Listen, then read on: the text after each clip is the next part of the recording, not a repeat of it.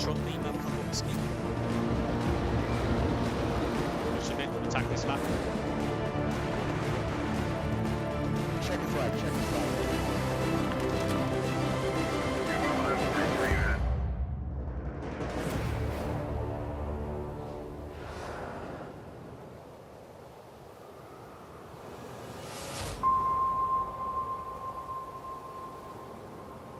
This is it. Welcome to our worldwide adventure. This is Extreme E. This journey has been tough. One of the biggest accidents of the season. But we fight for a reason. We stand together, united as one. Racing in the footsteps of giants. It's absolutely full throttle. The car is dialed.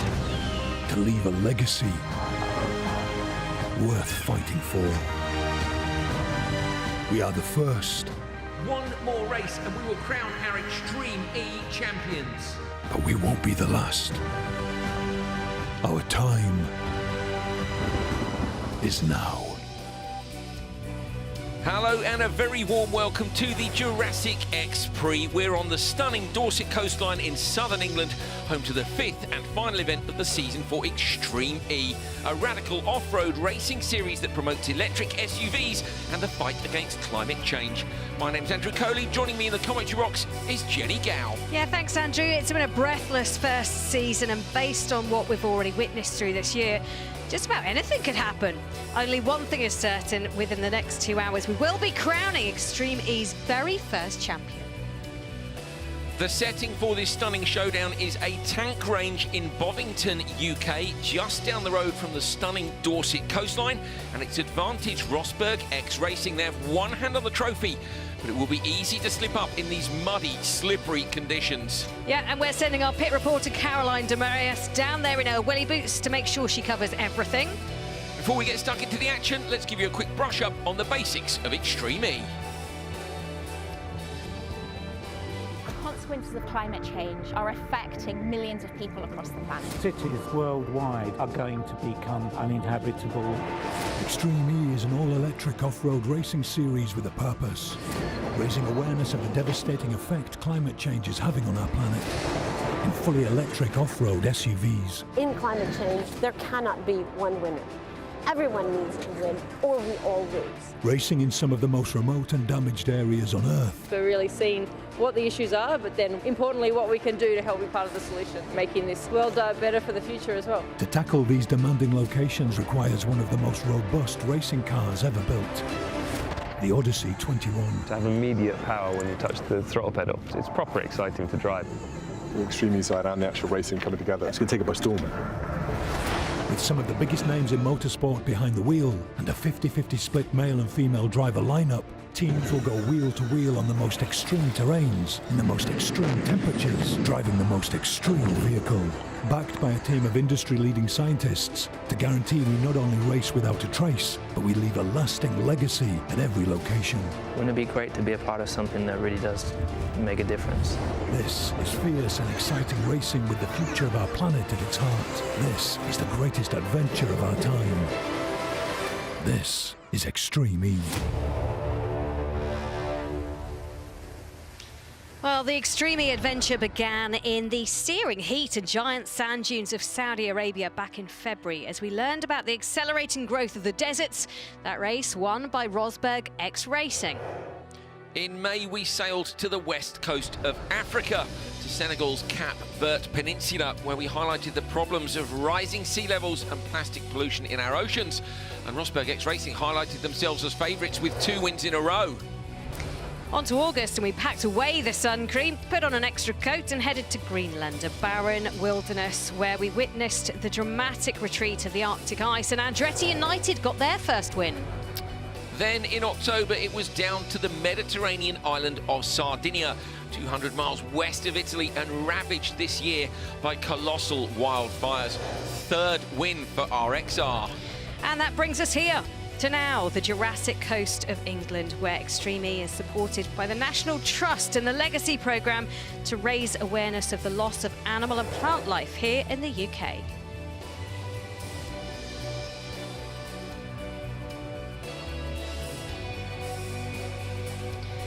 Well, if you like your action thick and fast, you've come to the right place. We've got 4 races coming up. A crazy race, 2 semi-finals, and then the big one, the Extreme E final that will decide the destination of the first Extreme E title.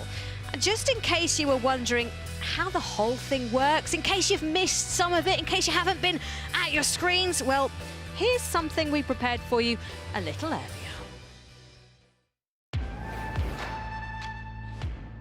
The world's finest drivers have joined brand new teams to compete in the Extreme E Championship. Each team will consist of 1 female and 1 male driver. The drivers will compete in X Prix across the globe, each highlighting a specific environmental issue. An Extreme E race consists of 3 laps, with the first driver completing 2 of those laps. Each team has a hyperdrive power boost they can activate on all 3 laps of the race. Expect strategy and tactics. Over the course of an X Prix, the quickest team through the Continental Traction Challenge collects a further 5 team championship points. Day 1 is qualifying and consists of 2 qualifying rounds. In each round, every team does 3 laps against the clock, with the first driver completing 2 of those laps. In both rounds, there are qualifying points up for grabs, and this determines how they progress to Day 2 semi-finals and the crazy race. There are also championship points to be won, with the top team in qualifying bagging 12 vital points, down to the last place qualifying team, who will walk away with just 4. Day 2 starts with the semi-final, with the top 2 teams from each semi progressing to the final. The bottom 3 teams from Day 1's qualifying go head-to-head in the crazy race, the winner taking the last remaining place in the final. Grid play allows fans to vote for their favourite teams and drivers. The team that collects the most votes gets first grid position pick for the final. But there is a twist. The teams that do not reach the final can donate their votes to any other team, with the winners of the crazy race unable to receive any additional votes. The top 2 teams from the semi-finals and the winner of the crazy race will battle it out in the 5-car final. The team that crosses the line first wins the X Prix and claims 25 championship points, with the following teams collecting further points in descending order. All 5 X Prix count towards the team's championship, and in the Drivers' Championship, competitors can drop their worst X Prix result of the season. Who has what it takes to lift the trophy?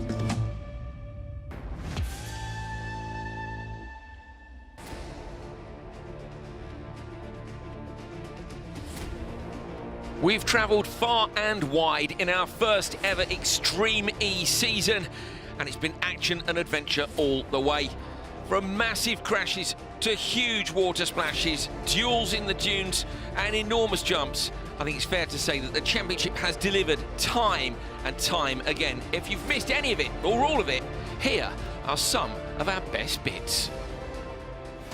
After an epic worldwide adventure, Nico Rosberg's RXR lead by 16 points ahead of Lewis Hamilton's X44, and are the only teams still in the fight for the inaugural championship crown. But how did we get to this moment? Round 1, the Desert X Prix in Saudi Arabia, highlighting the issue of desertification. Some massive crashes in the first event showed just how extreme this series was going to be. But 3 teams, Andretti United, Rosberg X Racing and X44, made it to the final. Johan Kristoffersson, the now 4-time World Rallycross champion, secured the lead before Aussie rally star Molly Taylor brought the car home for the win. Nice job, guys. Round 2, the Ocean X Prix in Senegal, showcasing ocean pollution and highlighting the threat of sea level rise. The final saw Rosberg X Racing and X44 do battle again, with some fierce door-to-door racing causing X44 to retire, with RXR clinching their 2nd win in a row. Okay, guys, thank you. Round 3, the Arctic X Prix in Greenland, bringing the world's attention to the rapid melting of the Arctic ice sheet. Set against the breathtaking Russell Glacier, qualifying saw Rosberg X Racing's hot streak put on ice. Taylor's rolled! Despite this, they still made the final. 9-time World Rally champion Sebastian Loeb opened a huge gap on lap 1 for X44, but picked up a puncture, leaving Andretti United and RXR to battle for the win. RXR pushed too hard and the car ground to a halt, leaving Andretti United to take home the Arctic X Prix crown. Congratulations, guys. What a race. Round 4, the Island X Prix in Sardinia, calling attention to devastating wildfires. X44 had a massive crash in their semi-final race, but progressed to the main event after a penalty for Andretti United. In the final, Chip Ganassi Racing took a commanding lead, followed by X44 and RXR. But disaster for both the race leaders and championship contenders. X44 lay ahead. X44 are out. No! Broken steering! RXR swept in to take the victory and make it 3 wins from 4 races. Thank you, guys. I think we deserve that one. The championship fight is down to just 2 on Britain's Jurassic coast. We've raced across some of the world's most extreme terrains, and now it all comes down to this. We've come this far, we won 3 out of 4 races, and the time has come. It's been a hard and a long journey, but it's not over yet. The fight is still on. Everything comes down to this. X44, masters of qualifying. RXR, the battle-hardened rulers of racecraft. A champion will be crowned. They certainly will. Round 5 of 5. These are the championship standings as we come into the weekend. It's 140 points for Rosberg X Racing, 15 points clear of X44. Then we've got JBXE in P3. Yeah, the battle there going to be fascinating, separated by just 1 point coming into this weekend. As we say, there is plenty to play for. You can have a lot of fun with this. Should be good. So those are the standings all the way up to 7th, 8th and 9th. It's game on. Segi TV actually need a really good weekend as well this weekend. Now, given the global nature of Extreme E, you might be forgiven for thinking that concerns over climate change and the loss of plant and animal life wasn't a real major concern in the UK, but actually it is a concern. It's something we all need to be reacting to, and we want to tell you a little bit more about it to give you an idea of what we can all do to try and help. No matter where you are on the planet, the natural world surrounds us. We are part of it and rely on it to produce food, provide the air we breathe, and soak up carbon in the atmosphere. We can measure the variety of plant and animal life, the biodiversity of a particular habitat, by collecting data and recording the amount of species there are. The word biodiversity comes from biological diversity. So really that is describing all the variety of the types of life, but also all of the variety within life. So all the genetic diversity that allows organisms to adapt. Encompassed in that is how that life itself interacts with the ecosystems and habitats of which it's a part. If we take all the data scientists can produce, the Biodiversity Intactness Index, this tells what % of biodiversity is left intact in a specific area after human impact. We need biodiversity intactness to be at 90%. This is considered the safe level to prevent the world tipping into an ecological recession and putting us at risk. The global biodiversity intactness level is currently at 75%.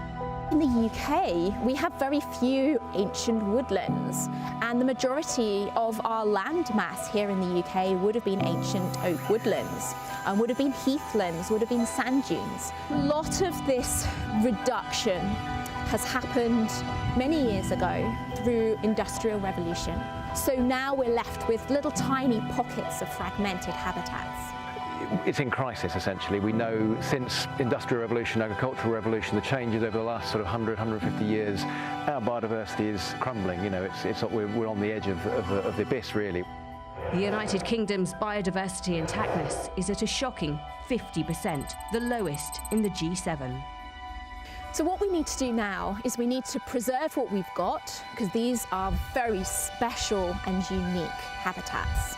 But we also need to be thinking about restoring other locations.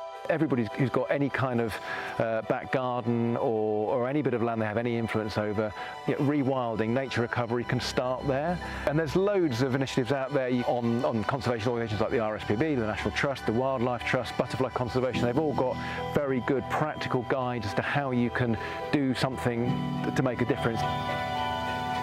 There's lots of aspects of our lives, and small changes from each of us will mean that together we can create a planet that is better for future generations.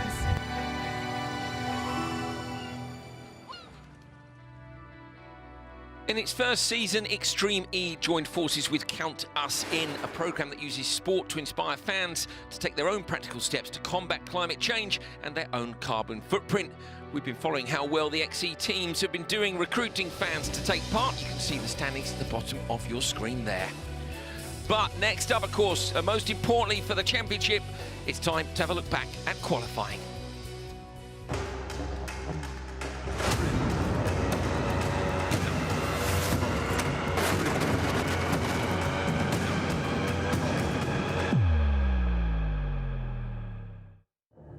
The final round of Extreme E for 2021 UK Dorset qualifying conditions, slippery, deep mud. Kevin Hansen up first for JBXE. He went out, threw down on the Continental Traction Challenge, going very quickly indeed. That's the big jump over on the back half of the circuit. He handed over to Michaela Arlen-Kotlinski, who's riding high on confidence at the minute after race wins in different series. Comes up over the crest, destroys some branding and realises she's gone the wrong way. They unfortunately got a penalty for that, which would drop them down the order.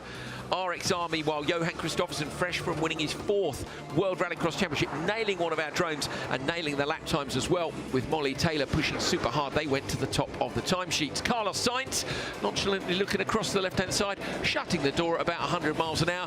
No problem for the Matador, handed over to Laia Sanz, who's doing a brilliant job of swapping from bikes to cars. She was impressive again.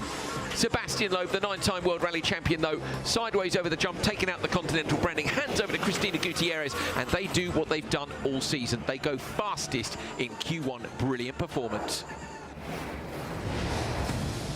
On then to Q2, the very last session of the year. Back with JBXE after those penalties yesterday, hoping for a better run.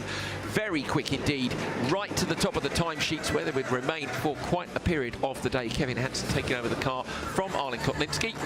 Next up was Munnings and Kevin's brother Timmy. So Katie Munnings kept in touch, handed the car over to Timmy, who went out and took the fastest time on the Continental Traction Challenge and then promptly slid off the road into a tree. Heavy damage to the Andretti United machine. He backed it up and got it to the finish, but with the time lost, it's highly likely they will be in the crazy race. One car going through. Big risk for them in that fight for P3 in the championship. Not the result they were looking for. RXR, Molly Taylor out. Molly didn't take any risks in her session, but when she handed the car over to Johan Kristoffersen, it was very obvious what his mission was. Fly high, goes super quick on the timesheets. He goes fastest in the Traction Challenge. 5 crucial championship points going their way at this moment. But of course, those points are up for grabs for the whole of the rest of the weekend, and these guys will be keen to try and steal them back. Christina Gutierrez had to go first of all, and then Sebastian Loeb. He was very quick. They were both very quick. Fast enough to win the session, but not quick enough to take those 5 points back. So the battle will go all the way down to the semi-finals and the finals on the last day of the season. Here are the standings at the end of qualifying. 5 from 5 top qualifier positions in 2021 for Loeb and Gutierrez. An exceptional performance, just ahead of their championship rivals Kristoffersen and Taylor for RXR, with Sainz and Sanz in P3. So what about the course itself? Well, it's just under 4 kilometres long, a mix of clay, sand, gravel and lots of mud. And look out for the knife edge, a precarious 4.5 metre, 23-degree jump. Here's your complete guide to this daunting driving challenge. Let's take a look at the track for round 5 of Extreme E. Dorset, Bovington Tank Ranges. It's a shorter circuit than normal, so the first driver will take 2 laps and the second driver 1. The first corner is a tight left-hander after an uphill muddy start where traction is going to be at a premium. It's into the funnel and then around a 90-degree left at the end of the straight. You can see bottom left of your screen. Down then onto the back straight, tree-lined narrow sections which are muddy and wet. Visibility as well as grip is going to be low. On board here you can see mud up over the screens. That's just with 1 car on track. When we get to racing and we've got 5, things are going to get very interesting indeed. The Continental Traction Challenge across the back of the circuit. Up and over this crest into the left-hander. It's going to be key how you find traction out of this huge wet area. Understeer here for the Andretti United machine in free practice. and then blasting away down the back straight through the ditch. Very long, quick, committed section where we think people will be using the hyperdrive before coming up to threading the needle in between the trees, left, right, and then right again, heading out onto the run up to the big jump. Probably the biggest jump of the season, certainly if you get it wrong. You need to squash it on the brakes, just get a little bit of air, land it on the downslope, and then boost it away. This was Sarah Price in free practice. That is just a little bit too much sauce. Andretti United, Katie Munnings made the same mistake too. Damage to those cars meant that their drivers didn't get to do their practice lap. Very little time on track, of course, for anybody to try and get their heads around grip levels and get the cars dialed into what is undoubtedly a very different surface for the whole of the rest of the season. A fitting end to the first ever year of this brand new electric off-road motorsport. This muddy, tricky track in the UK will decide who is the first ever Extreme E champion. So let's take you for a quick look at how the semis line up. You've got X44, JBXE and Veloce in semi-final 1. 2, it's Rosberg X Racing against Acciona Science and Abt. And then the crazy race. Well, one team goes through. That will be Andretti United, Segi TV Chip Ganassi or Excite Energy. And they need some luck on their side. They certainly do. Tough semi-finals as well for our championship contenders. Who's going to make it through? Well, coming up next then is the crazy race. We get to see one of those 3 cars go through. Who's it going to be? Going to be a tough one, isn't it, between Andretti and Segi TV Chip Ganassi Racing. It's very sunny here on the pre-grid ahead of the crazy race, but don't let the sun fool you because it's still very muddy and wet. And I'm speaking to Timmy first. Timmy, what have you learned from Quali 1 and 2 that you're going to take into this crazy race? I think I've learned probably that trees are hard. You can't go through them. That's probably the main lesson. Then I think we had great pace. It was a slight mistake. I lost the rear, then understeer, and the track's so narrow there, and I just hit that tree. So yeah, that's a shame. But we are here. We have a good spot for this race now, and great job by the mechanics. The car had actually quite a lot of damage. It was high speed, and as I said, the tree didn't move. But yeah, you see they have had to put a lot of effort into getting the car ready now. But yeah, they've done a great job, and I just want to go out there, have a clean race, and go through to the final. Well, listen, good luck. Thank you. Now we're going to move on to Excite's Ollie Bennett. Ollie, you're no stranger to the crazy race. Are you feeling cool, calm and collected? Last one of the season. Yeah, I'm looking forward to it. It's the last run here now today, potentially, if we don't get through. So yeah, I'm just going to enjoy it 2 laps as fast as I can and try and give these boys a problem. Thank you so much and best of luck. Thank you.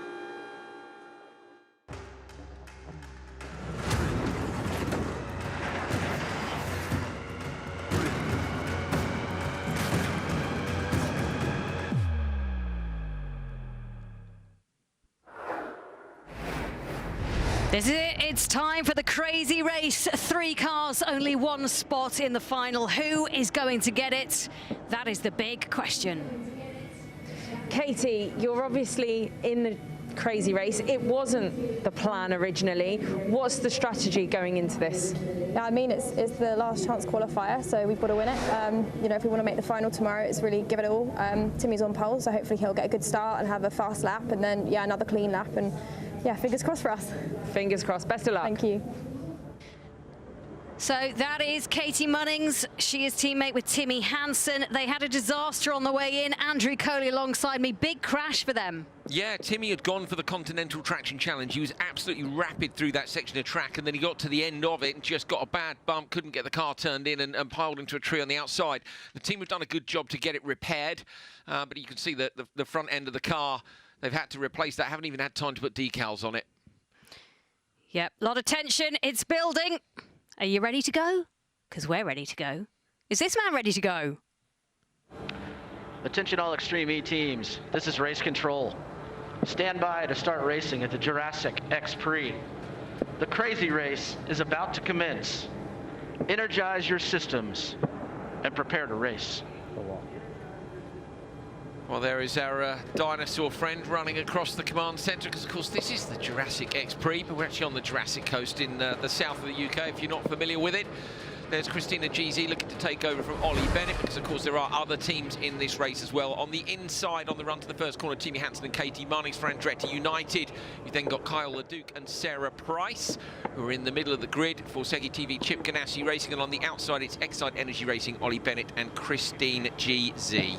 So 3 laps on the clock. Remember, the first driver takes 2 laps. The second driver will get in to take 1. We haven't seen a racing start on this yet, so there's a lot of question marks about who chooses which entry point, how bogged down they'll get. But all eyes to the left. We're ready to go.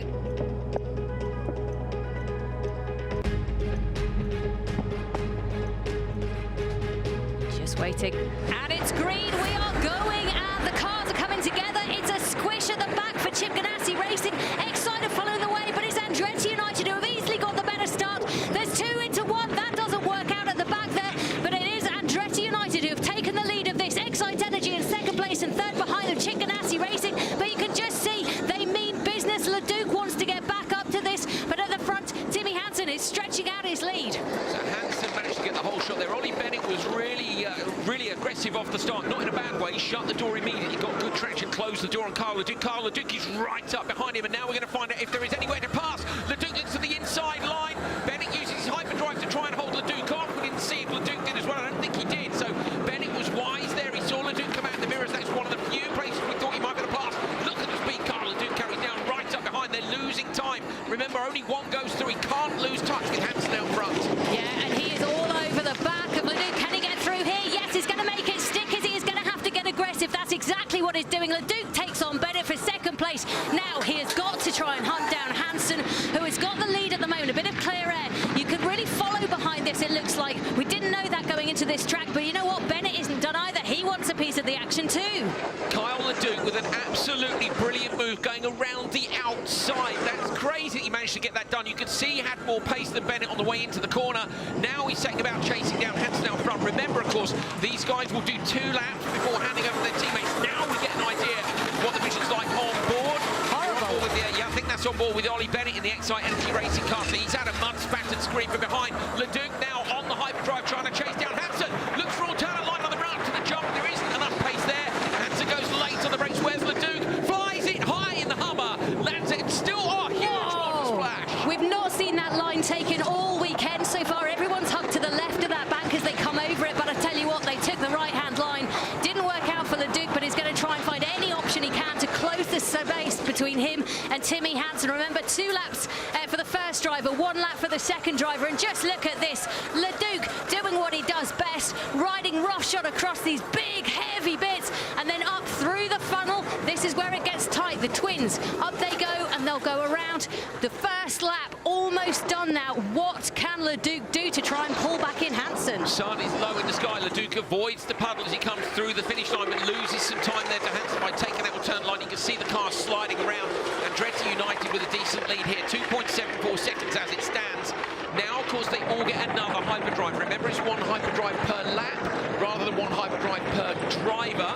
And Leduc will continue to try to chase Timmy down. Can he find a way past like he did with Bennett? Of course, Timmy, that little bit more experienced and a little bit quicker, maybe harder to pass. So both of these drivers had issues last time out. Timmy Hansen, we saw him collide with that car. They had damage to it, had to change the front-end cooling package, plus rear and front bodywork. We saw Leduc have problems with the power steering. He was wrestling the car around for a lap. Both of these great drivers, we know they bring so much to it, but there's only 1 space for one of these teams to get through to the final. At the moment, it's advantage Hansen. Don't forget as well that Andretti United are in that battle for P3 in the standings, so they're very, very close. They're 1 point from JBXE, but Abt Cooper as well, of course, are within a shout of that. Look at that. Kyle Leduc hooks a wheel over the inside, flicks the dirt up as he exits the corner. The gap was about 3+ seconds. You can see speeds down the bottom now over 100 kilometers an hour through this section.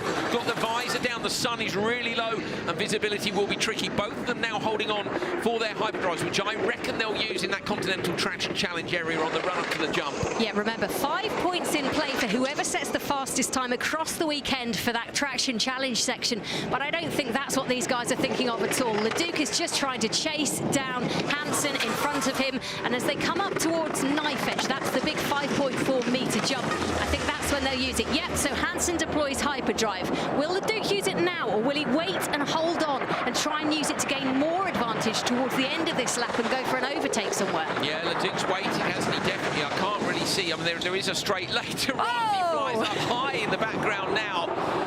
The gap, yes. And the Traction Challenge, Andretti United done a 50.6 through there.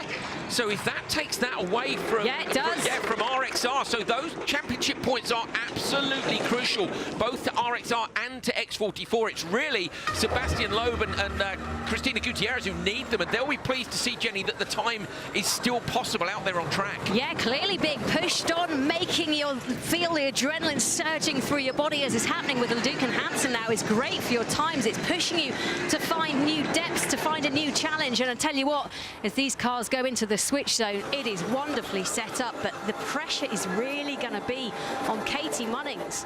We know how good Price is. We know that Sarah will try and track them down. Let's have a look at what happened at the start. So watch for Ollie Bennett as he comes off the start. Right-hand side of your screen, left-hand side of the grid for the drivers. Immediately shuts the door on Segi TV and Carl Leduc's Chip Ganassi Racing Hummer. So he then holds on the inside, look, all the way along here. He's got half a car back, but he thinks better of it. You see his brake lights come on. He knows he can't get through, and he slots back in behind. Here's a look from a different angle. Yeah, so as you can see, that battle for second place was really argy-bargy, and it meant that the Andretti United car could get out in front and have a really nice, calm time. And this is the overtake where you can see Chip Ganassi goes round to the left. You got Leduc there taking on Bennett, takes the long way around the corner, tries to make it stick, and absolutely manages to get in front of him. And the move is done around the outside. Yeah, fabulous. That's outrageous, to be fair, Jenny. And out around the outside pass anywhere is tricky. That's pretty narrow, and Kyle Leduc making a good pass. So this is super critical as well. Remember, there was only 3 seconds between the teams as we see the Andretti United member of crew chuck the water over the screen. How key will that be, that tactic of chucking the water over to make sure you've got a clear view? Right, first car is out already. And yeah, Segi TV Chip Ganassi have left, and now Hansen leaves behind. But remember, they stopped first because they're around that corner. So now through comes Sarah Price for Chip Ganassi Racing. She got away first. Looks like the windows are steamed up on the inside for her, but not across the screen. Luckily, the side window looked like it was. Now it's Katie Munnings versus Sarah Price for the final spot in the last final of the year. Look at the glasses on for Christine GZ. She's out in third. She's going to try and close down the gap. Sarah Price there in second at the moment, almost 5 seconds behind Katie Munnings, who's out in front. You can see the Andretti United car leading the way at the moment. Let's go down to the switch zone and catch up with our interviewees. It's Caroline de Moraes on the microphone. Kyle, that was an aggressive start. They both closed you off, but you managed to overtake Excite. What was it from your own word? Bummed a little bit. I mean, obviously we wanted to get a great start and save our hyperdrive for certain spots, but kind of got a mix up there with both of those guys in front of me, so not too pumped on it, but made some mistakes in the middle, cleaned it up, got behind Timmy, and just couldn't get a super gnarly fast lap together. So just swapping, and could have taken some more risks, but hey, it's good. The car's in good shape. I think we're missing the hood, but hopefully Sarah can bring it home and try to get us to the main. Thank you. Thanks. Sarah Price is out on track right now. Kyle Leduc we were talking to. The gap was around the 4-second mark. It seems to be holding steady there. Katie Munnings doing a good job. She'll be keeping an eye on her mirrors. She's got little cameras on the side of the car as well as the mirrors looking back. The black front of the car there, giving you an idea of the damage that was done to it. Yeah, I tell you what, it's really hard to see in those mirrors, having been in the car on Tuesday, to actually know what's going on behind you, to be able to defend against the car. And I said to Katie, how hard is it in these cars to defend? And she said, you've no idea what's going on behind you. You've just got to put your foot down. And Hansen and Munnings pairing. Munnings using the hyperdrive now on the way into knife edge. And look, Price doing the same thing, same tactic. So Sarah Price responds with her hyperdrive coming up to the jump. How big is she going to go? Both these two went huge on on the jump on Thursday, but much more sensible this time round. The gap is 2.54, so Sarah Price is a little bit closer than she was before. There may be one chance to overtake at the end of the lap. Yeah, the problem is this is such a short lap. They've just got one chance to do this. Price is closing down on Munnings all the time. You can see the gap now, 2 seconds as they come around this really bumpy, aggressive part of the track. What can Sarah Price do? Can she fight back from Munnings? Munnings looks like she's in a good place. 0.3 of a second taken off by Sarah Price in that last pick. She takes the alternate line up the hill. Sarah Price is full send in the Hummer. Going to jump out the top, try and take the left-hander on a different line. Andretti United, Katie Munnings holding on. Couldn't be closer. 0.6 of a second as they're approaching the finish line now. Who's going to get it? It's Munnings. Just holds on for Andretti United. Keeps their hopes of a P3 in the championship alive. Brilliant drive by her and such a good effort by Sarah Price to try and get through. Brilliant race to the line. Wow-wee, what was that? The pressure on Katie Munnings there, and you can see she is delighted, and rightly so, because she kept up the pressure. She didn't mind too much that Price was there. She took the alternate line at the end as well. The two of them almost came together, but I tell you what, Munnings, congratulations, crazy race winners. They get their place in the final. They get a chance to get a 3rd spot in this championship, maybe even more depending on what else happens. Look at the grin on her face. She's done a brilliant job there. Exciting, she racing a fair way back. You're looking at Christine GZ, sorry, who flies it. No, she's got beautiful jump skills all weekend, but not a lot of point in risking the car now. Unfortunately, this will be the last time we see them out on track, of course, not qualifying for the final. So big thanks to Ollie Bennett and Christine GZ for all the entertainment this year and for putting in a great performance as well. They're a really good start to the season. Yeah, they've been absolutely brilliant to watch. So much joy. We saw some really hard defending as well at the beginning of this stint from Bennett. He tried to make the car 3 wide, couldn't quite do it, but tell you what, they have been a great pairing, brought so much joy to this championship, so thank you to them. Thank you to everybody for taking part, because this has been brilliant, and you can see her just coming out the final turn now. Yeah, fantastic. Good to see that alternate lineup at the finish works as well, so it might not be over tomorrow right until the flag. Well, that was absolutely cracking. What a job they did. Let's go back down into the command centre and speak to Timmy Hansen.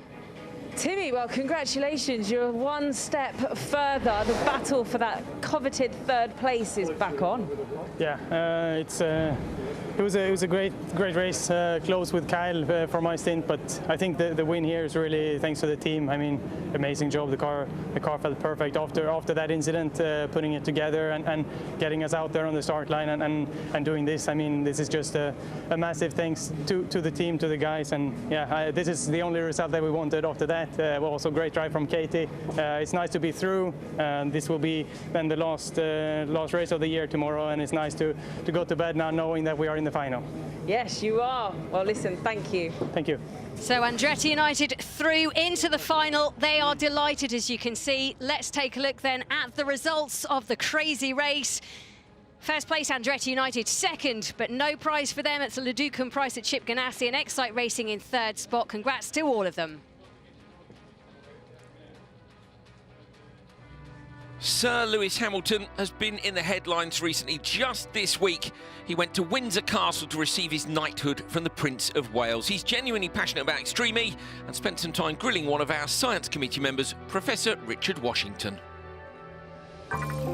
Richard, it's nice to meet you. Thank you so much for taking your time to come down and meet me in the Science Museum in London. The question I know that everyone's going to ask is, does it make sense us racing these cars around? What does that actually do? Is it worthwhile us going? Yeah, the idea is very careful selection of site, tidying up afterwards. A key element that drew me to the whole Extreme E program, not for just coming in and then vanishing, but working hard with communities in place, giving communities the lead and doing things. There's a lot of work to do, but I think it's a great start. Where I am in my life, I'm looking to see how I can have a positive impact on the planet. Sport has an opportunity to help raise awareness. There is a platform. And the reason I really love Extreme E, we're ticking off 2 boxes. You get to do the racing, the entertainment, fun stuff, but actually at the core of it, the real reason that we're there is to raise awareness for the issues that are in those places. The fact is what we're fighting is something far bigger than me or you, but wouldn't it be great to be a part of something that really does make a difference? So the key message here is that the whole climate system is hooked up. Deserts are hooked up with the rain in the rainforests. Dust gets transported from the Sahara to the Amazon. The Greenland ice sheet melting raises sea level everywhere. It's a huge problem, but there's hope. How do you think we can bring awareness to this and encourage people for change? What we need is a shift of opinion, and science on its own can't do that. It needs people like you. It needs people with the profile and the fame to be able to get out and to profile it. And Extreme E's a brilliant idea in that sense. Well, Richard, thank you so much for taking the time to come down, and it's super informative, so thank you. Great to discuss this with you. Thanks for being on board. Pleasure. Well, from a 7 times Formula One world champion to a 9 times world rally champion, Caroline de Moraes is down in the paddock, getting ready for the first of our semi-final races with Sebastian Loeb. Pre-grid for semi-final 1. It's a very cold and misty morning. The ground is still very wet and muddy. I'm going to speak to Sebastian Loeb. Sebastian, the battle for the championship is on. It's all or nothing for you. Are you ready? Yeah, for sure. We are ready. We will try our best today. We know that, okay, the battle is still on, but we are quite a few points behind, so we don't have a lot to lose. We need to fight. We need to enter in the final and to fight for the super sector. So not a lot of questions, just pushing. You're starting far right. How important is the start line? The start is very important because on this track it's really complicated to overtake. We saw that yesterday, so it's important to have a good start. I will try my best. I have the inside line, which seems to be good. So the goal in semi-final is to finish in the 2 first to enter in the final. So it's what we will try to do. Well, listen, good luck. We're looking forward to seeing you fly through it. Let's head over to Kevin Hansen for JBXE. Kevin, semi-final 1, how are you feeling? We saw what Michaela did yesterday. How are you feeling? I'm feeling amazing. I know we have a great starting position. I think we have a great car. We improved so much over the weekend in this mud. So no, Michaela did an amazing job yesterday. So I'm very confident that when I leave it over to her, she will do a great job. So I will try to give her the best opportunity I can do and hand over, you know, the race lead. So I'm really excited. This is my favorite part of the weekend, battling with the greatest drivers around. Well, listen, best of luck. Looking forward to it. Thank you. Now let's head over to Lance in the Veloci. Lance, your first semi-final. Looking forward to it? Yeah, very much so. I think it's a race where we've got to throw everything at it, you know, to ensure we get into the final. That's our goal. Lance, have you spoken to Jamie? Have you spoken to Emma? They've obviously been here before. What tips have they given you? I've spoken to them a bit, but I mean, you know, we coming from a racing background, you know, we've got to throw everything at it. It's the most important, you know, race so far for me and for the team. We're really, really hungry to get into the final. So I think, you know, looking at this race, I think the start's going to be key. It absolutely is. Well, best of luck. Thank you.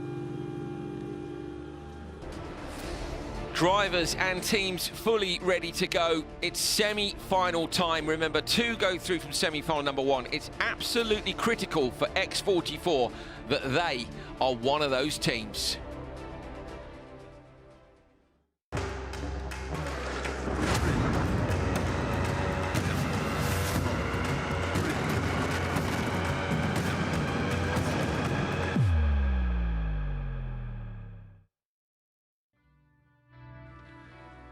This is it. So you've heard from the drivers. It's all set up. Of course, this weekend, 3 laps around the track. Our drivers start with the first pairing and they do 2 laps, and then the second driver gets in and does 1 lap, a dash to the finish. Andrew Coley is alongside me. I'm really excited about this. Yeah, me too. I always get kind of nervous ahead of semi-final time, but yeah, time to go. You know, time to get the job done. I think you could see Lance looked a little bit nervous in the car to me, which I totally understand. Can't see anything. Yeah, I would be ever so nervous if I was in there. The visibility today, looking at these live pictures, is way worse than it's been on the last couple of days. Although, to be honest with you, for the drivers, I don't anticipate that being too much of a problem. It's more of a problem for our drones. For us. But look at this. This is what the problem is the conditions. So what we don't know is across that grid, Jenny, which of the slots is best. We think maybe the middle position is best, but each of the pole sitters in the semi-finals has chosen the inside line for turn 1 because they want to defend that. Yeah, we heard, didn't we, from Sebastian Loeb, X44, saying he was relatively happy with his starting position on the far right. But it is a dank morning in Dorset. We see them quite a lot, and it's going to be the perfect backdrop. But just look at that. It's murky. Visibility is terrible, isn't it? It's worse than I thought. I mean, okay, that gives you a better idea, but oof. Yeah, the long shots are going to be interesting, but this is a beautiful scenery in the heart of Dorset, just near the Purbeck coast. And this is the place where the drivers are going to do battle. X44. It's a must qualify through to the finals for them. There's a lot riding on this. Attention all Extreme E teams, this is race control. Stand by to start racing at the Jurassic X Prix. Semi-final 1 is about to commence. Energize your systems and prepare to race. Well, if you weren't feeling the pressure already, you will be now. Semi-final 1 about to start. X44 must go through. All smiles there, look, from Michaela Arlen-Kotlinski. That's Jamie Chadwick for Veloce. And, of course, Christina Gutierrez will be getting in the car for X44 after Sebastian Loeb. Oof. I'm loving this. Loving it. Semi-final 1. Another semi-final to go, and the crazy race. All to see who gets through to the grand finale. Here we go then.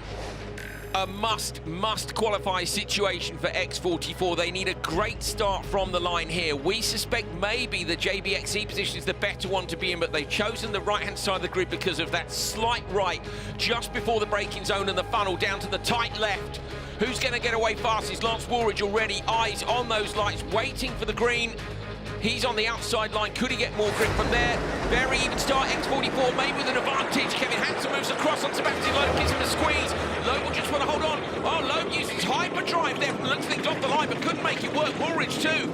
But it's Kevin Hansen who gets the whole shot down to turn 1. Sebastian Loeb slots into P2 with Lance Woolridge right behind. X44 need one of these top 2 positions. That's all they need. But, you know, ideally, Jenny, they would have wanted to be P1 at this point. Yeah, it looked like a really good start from Hansen in the JBXE car. Just managed to get away cleaner than everybody else, and that dirt just dragging onto you. But Loeb isn't going to take this line down. He wants to be able to qualify as the fastest driver from this and go through to the final. You can just see the 3 cars. They're able to follow each other closely. Now, Jenny, we spoke yesterday, and you'd said actually about hyperdrive off the start. We weren't sure, were we, whether or not you'd do it. Loeb back the car into that long right-hander where yesterday we saw Kyle Ledoux go around the outside of Ollie Bennett, I think it was. We didn't think they'd do it, did we, because we weren't sure about the traction. They tried it, but I'll be honest, I think that was a wasted hyperdrive. He'd already lost the start for me. Both of them had already lost the start to Kevin. Yeah, absolutely. Through this section, look how much it's dried up compared to the rest of the weekend, but getting some real air out front for Hansen. He really does rocking and rolling along that. So they're going into the Continental Traction Challenge. Problem for Woolridge. Woolridge has pulled off. I think he's just maybe gone the wrong way, needs to get himself back on track, but at the front it's still Hansen leading the way. You can see Veloce coming back onto the circuit now. They're far back though, aren't they, as X44 tries to close down JBXE at the front of this battle. They're coming towards knife edge. What are they going to do over this big jump?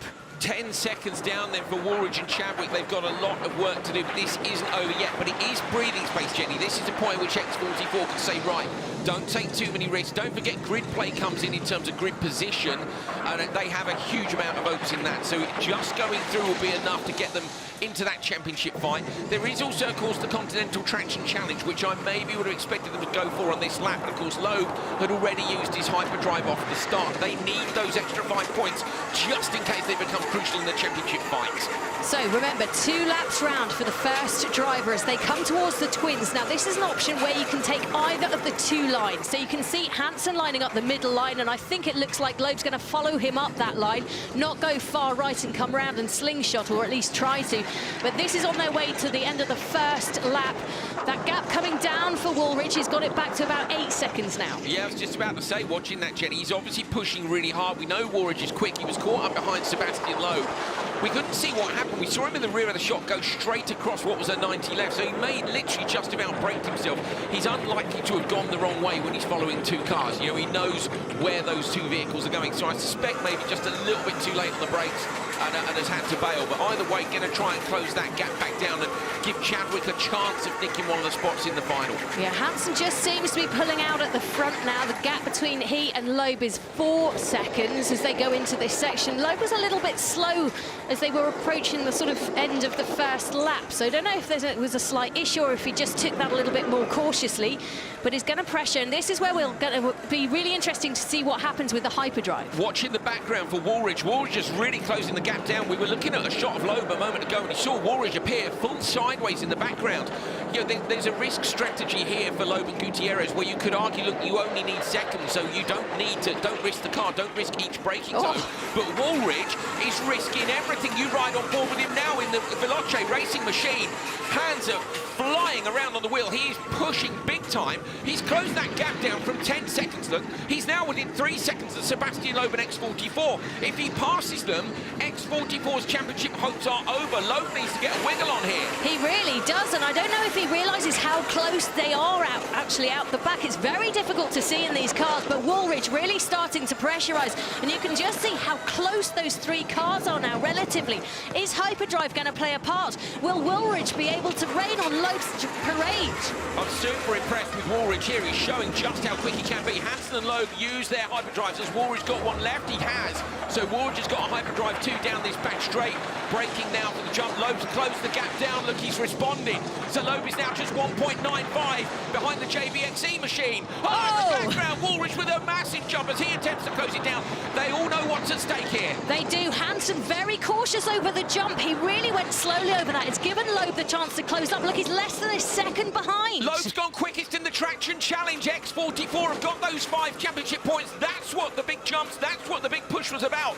So X44 have got the 5 championship points at the moment. We might see RXR respond to the next one, but brilliant tactics from them as they come up towards the driver switch zone. It could not be closer. Look, he's all over the back of Hansen. He wants to try and do the under and go round him, but he can't quite get there. So this is the big splash. It's right on the back of him. Just look how close he is. He's going to crawl all over the back of him. They're in the switch zone now, though. Super tight into the switch zone. In the background, Woolridge, look, was 10 seconds down, and he is right there with them. That is a brilliant drive by Lance Woolridge. Look at Loeb tailgating Hansen in. They know that each of these tenths may be really important. You cannot mess up the switch. There's contact there, I think, from Loeb in the switch zone. So remember, they are down to 30 kilometres an hour. Veloce peel off. They've got the first slot. The second slot goes to the second car of Hansen, and then the third slot all the way round. This is painful for Loeb because he's got to get round to Gutierrez.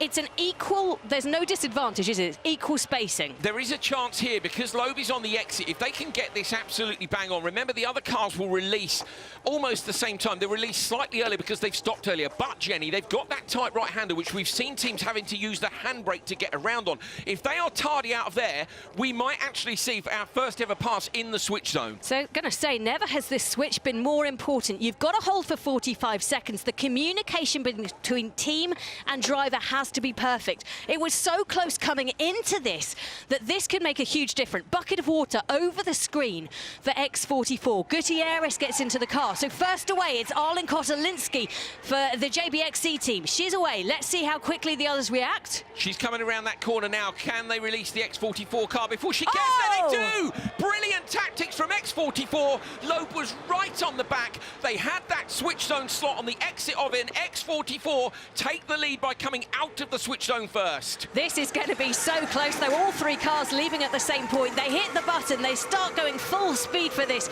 It's going to be a wonderful battle, a one-lap dash to see what happens. It's Arlen Kotelinski chasing down Gutierrez with Chadwick at the back, and this is the moment where Gutierrez needs to shine. Gutierrez has been given a little bit of breathing space here, Jenny. That's fantastic tactics from X44 and Loeb.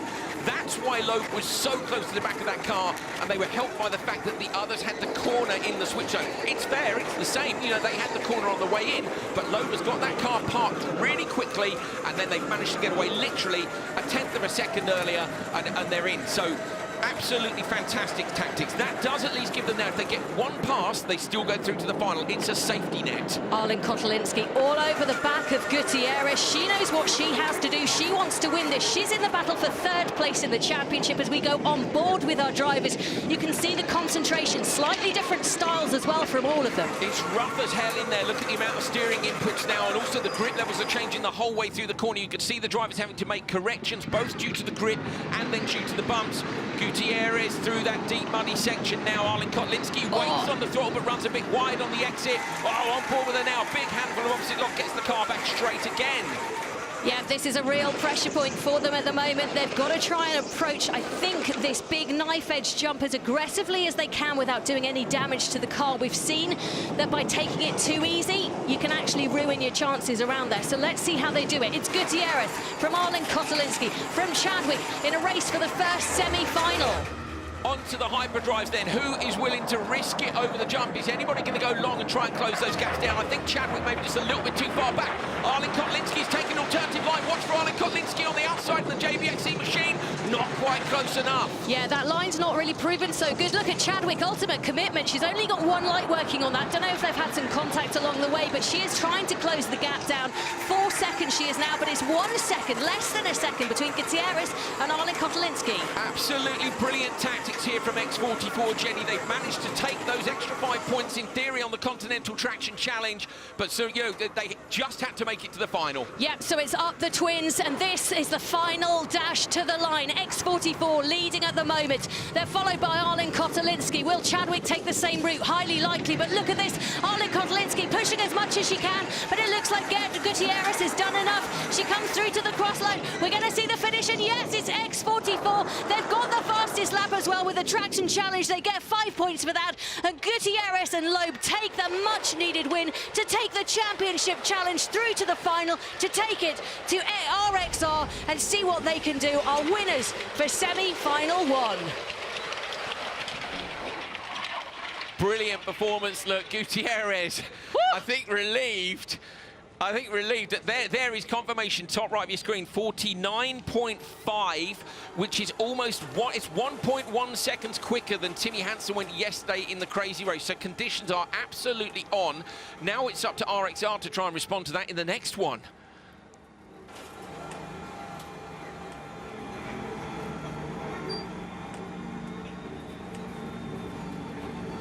Sebastian, well, you've done what you came here to do. You're into the final and you've got the super sector points. Yeah, it's what we wanted to do. Kevin took a very good start, so I was behind, but then I know that behind Lance made a little mistake, so I could let Kevin take the gap. I didn't want to fight for the first place. I just wanted to have a clean road for the super sector. So it's what I tried to manage during the run, and finally I was able to push hard in the super sector to get it at the moment. So that's the target of the morning. We couldn't do better in the morning. It's fantastic racing. Game on. Brilliant. Thanks.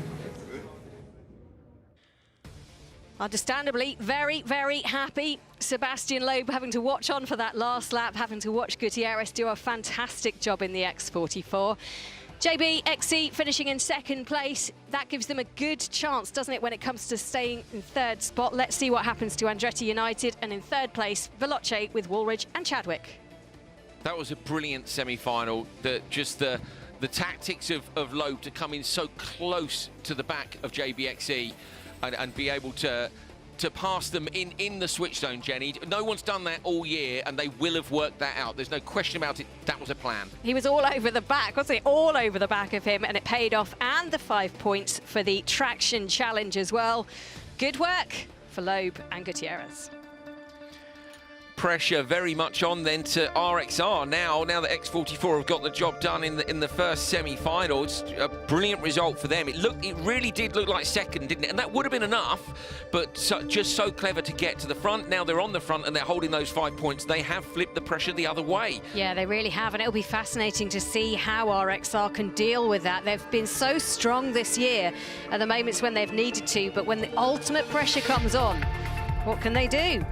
This was a look back at turn 1 where JBXE were out front. All 3 cars actually using their hyperdrive off the start. Look, Woolridge in the background was coming in super hot, wasn't he, behind Loeb. Certainly was. JBXE out front. You can see the conditions have changed quite a lot over the course of the weekend, but all of our drivers out there showing what they can do and doing a really good job in that mud. I mean, it has dried up a bit, hasn't it? But it's we're talking relatively. When you look at the track conditions here in Dorset, this is not what most people would describe as dry. Woolwich did well to get back to the back of these two after the mistake early on to push us hard. But that was the moment, wasn't it, of the race, and could be crucial in terms of championship, just making sure they weren't under any threat. Yeah, so important in this championship battle for Loeb and Gutierrez to bring their best to Rosberg X Racing, and they certainly gave it everything they could. Just look at the air they get on that jump. I'm loving the knife edge, really nice feature of it, and a double hands up from the JBXC team as well. They did a good job. So we are all set to go for the second of our semi-finals. Make sure you come back and join us. Plenty more action, and of course we will crown our first champion.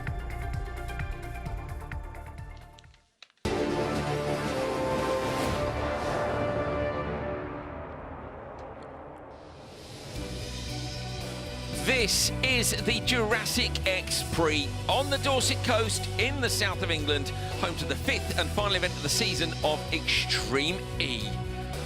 A radical off-road series that promotes electric SUVs and the fight against climate change. Now, if you're just joining us, where have you been? But that's okay. Sometime in the next hour, we will be crowning the very first Extreme E champions. Will it be Nico Rosberg's RXR team, or will it be Lewis Hamilton's X44? It's been a really competitive series, and this is how the weekend has gone so far. It's been brilliant. So this, of course, was during qualifying Q1 and Q2. Everybody was trying to grab those Continental Traction Challenge 5 points. It was, in fact, Loeb and Gutierrez who were fastest, despite smashing through the barriers at the side, their 5th top qualifier spot of the season. In the crazy race, Andretti United managed to get the lead. There was a great battle behind them. Segi TV, Chip Ganassi, and the Excite Energy team as well going for it. And it was Andretti United who got the win. This, of course, semi-final one, JBXC putting the squeeze on X44 on the run-up to that first corner, but brilliant, brilliant tactics here. Look at Loeb absolutely tailgating Hansen in, and that allowed Gutierrez to get out in front of Arlen Kotlinski. Is that going to be enough to keep their championship hopes alive? Got to make it through to the final and see what happens later.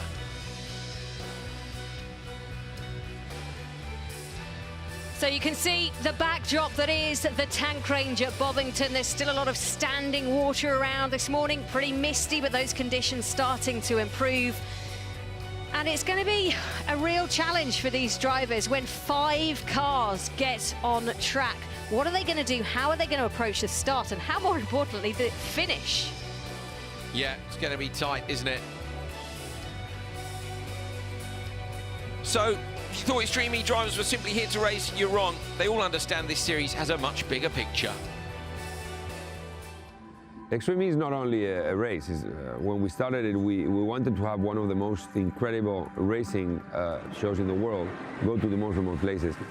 But we also wanted to use our platform through sport, raise awareness of the huge challenges that we have. That's the mission of Extreme E. With the hope that we can find solutions for the huge challenges that we have in front of us. Only then Extreme E will be really fulfilling its goal. I think one of the main things that I've learned this year is that to live more sustainably is not as difficult as I first thought. I'm trying to make a more conscious effort just with my everyday consumption, what I eat, also investments, and for example switching my energy in my home to a renewable energy supplier and things like that that can improve day-to-day life. Personally, I've learned so much about the impacts of recycling. I've been a lot more conscious about single-use plastics. So at home, I would try to start and recycle a lot more than what I did in the past, and also try and use the bike rather than the car if I can. What changed in my life this year? I would say maybe the fact that I buy an electric car. It has a lot of power and saving the planet in the same time. Don't have to stop at the fuel station. So at the end, I enjoy it. It's all that little stuff, recycling, or just eating better, or planting trees in the backyard with the kids. At home, I'm aware of waste a little bit more. I'm growing my own plants, making my own compost basically with my fruits and vegetables I don't eat or spoil or go bad, so I'm not just throwing them in the trash. That's kind of, you know, something I never thought I'd be doing. We're not just bringing fancy cars and putting on a race and going home. We're going to these places and we're doing it with a purpose. I think all the legacy programs that we have done this year and learning about the environment, the local environment, has just been very eye-opening to me to see what is actually happening in our world firsthand. It always seems impossible until it's done. And to do it, we all have to take that step forward together. It is a situation where we need all hands on deck and all solutions on deck. Doing those little things on a minor level seems minor, but when you get so many more people involved, it becomes a major effort. So everybody do a little, it'll go a long way.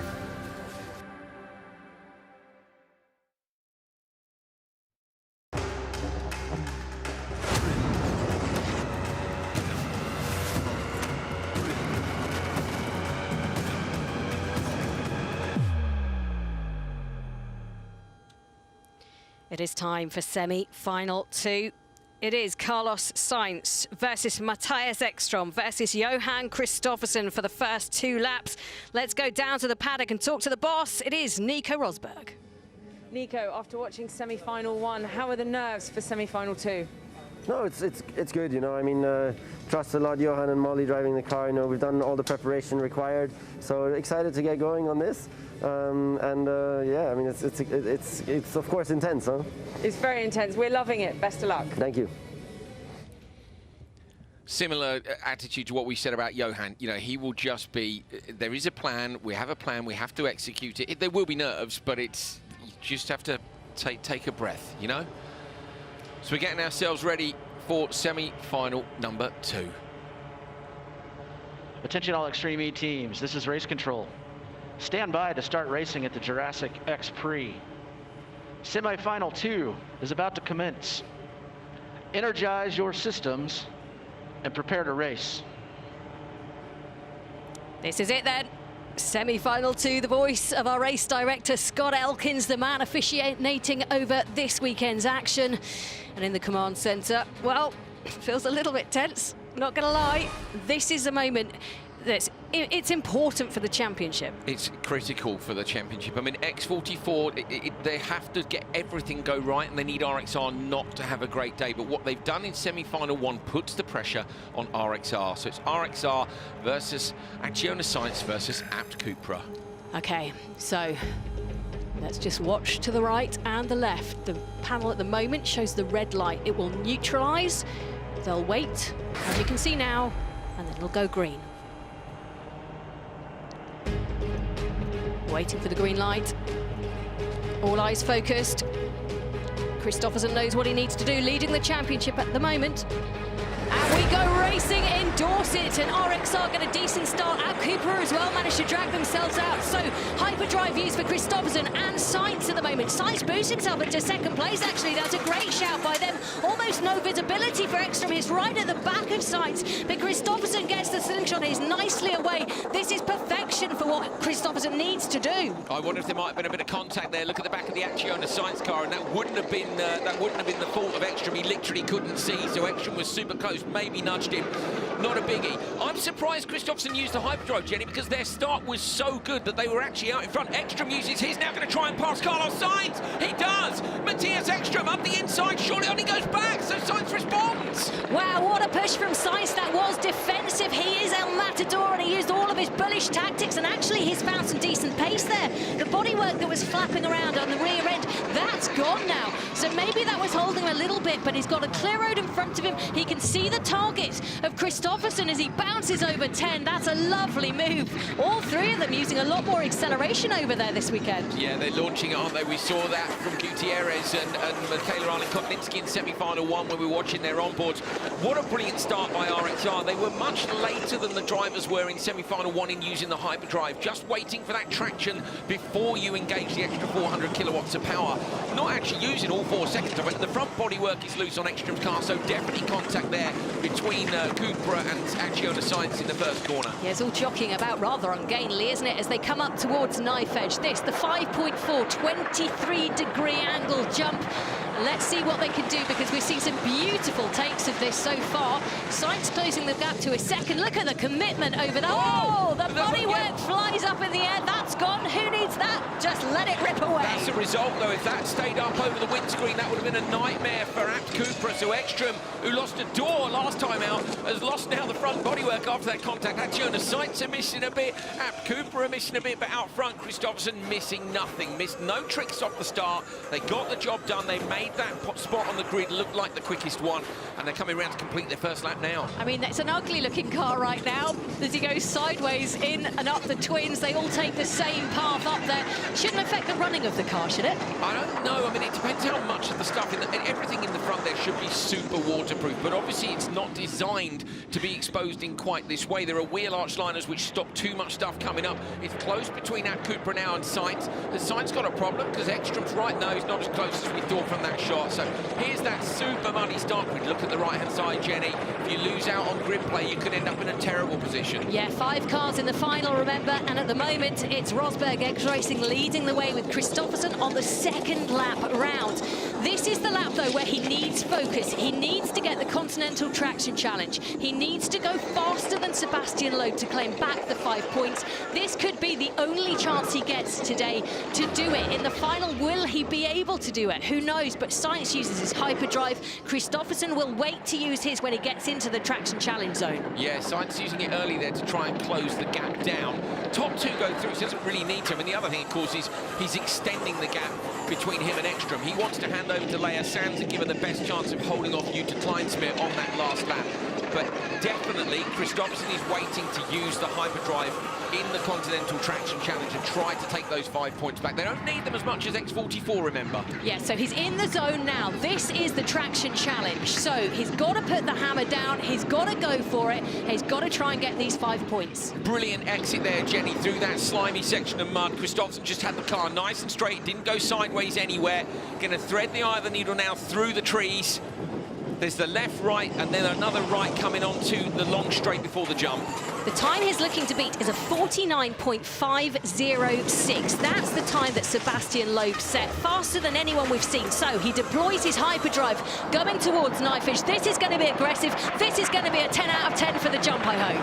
Here we go, then Kristoffersen with a big launch. How long will it be? Not as long as yesterday. Gets the car down on the ground. Now it's absolutely full throttle as he comes down to the timing line at the end. Watch the top right side of your screen.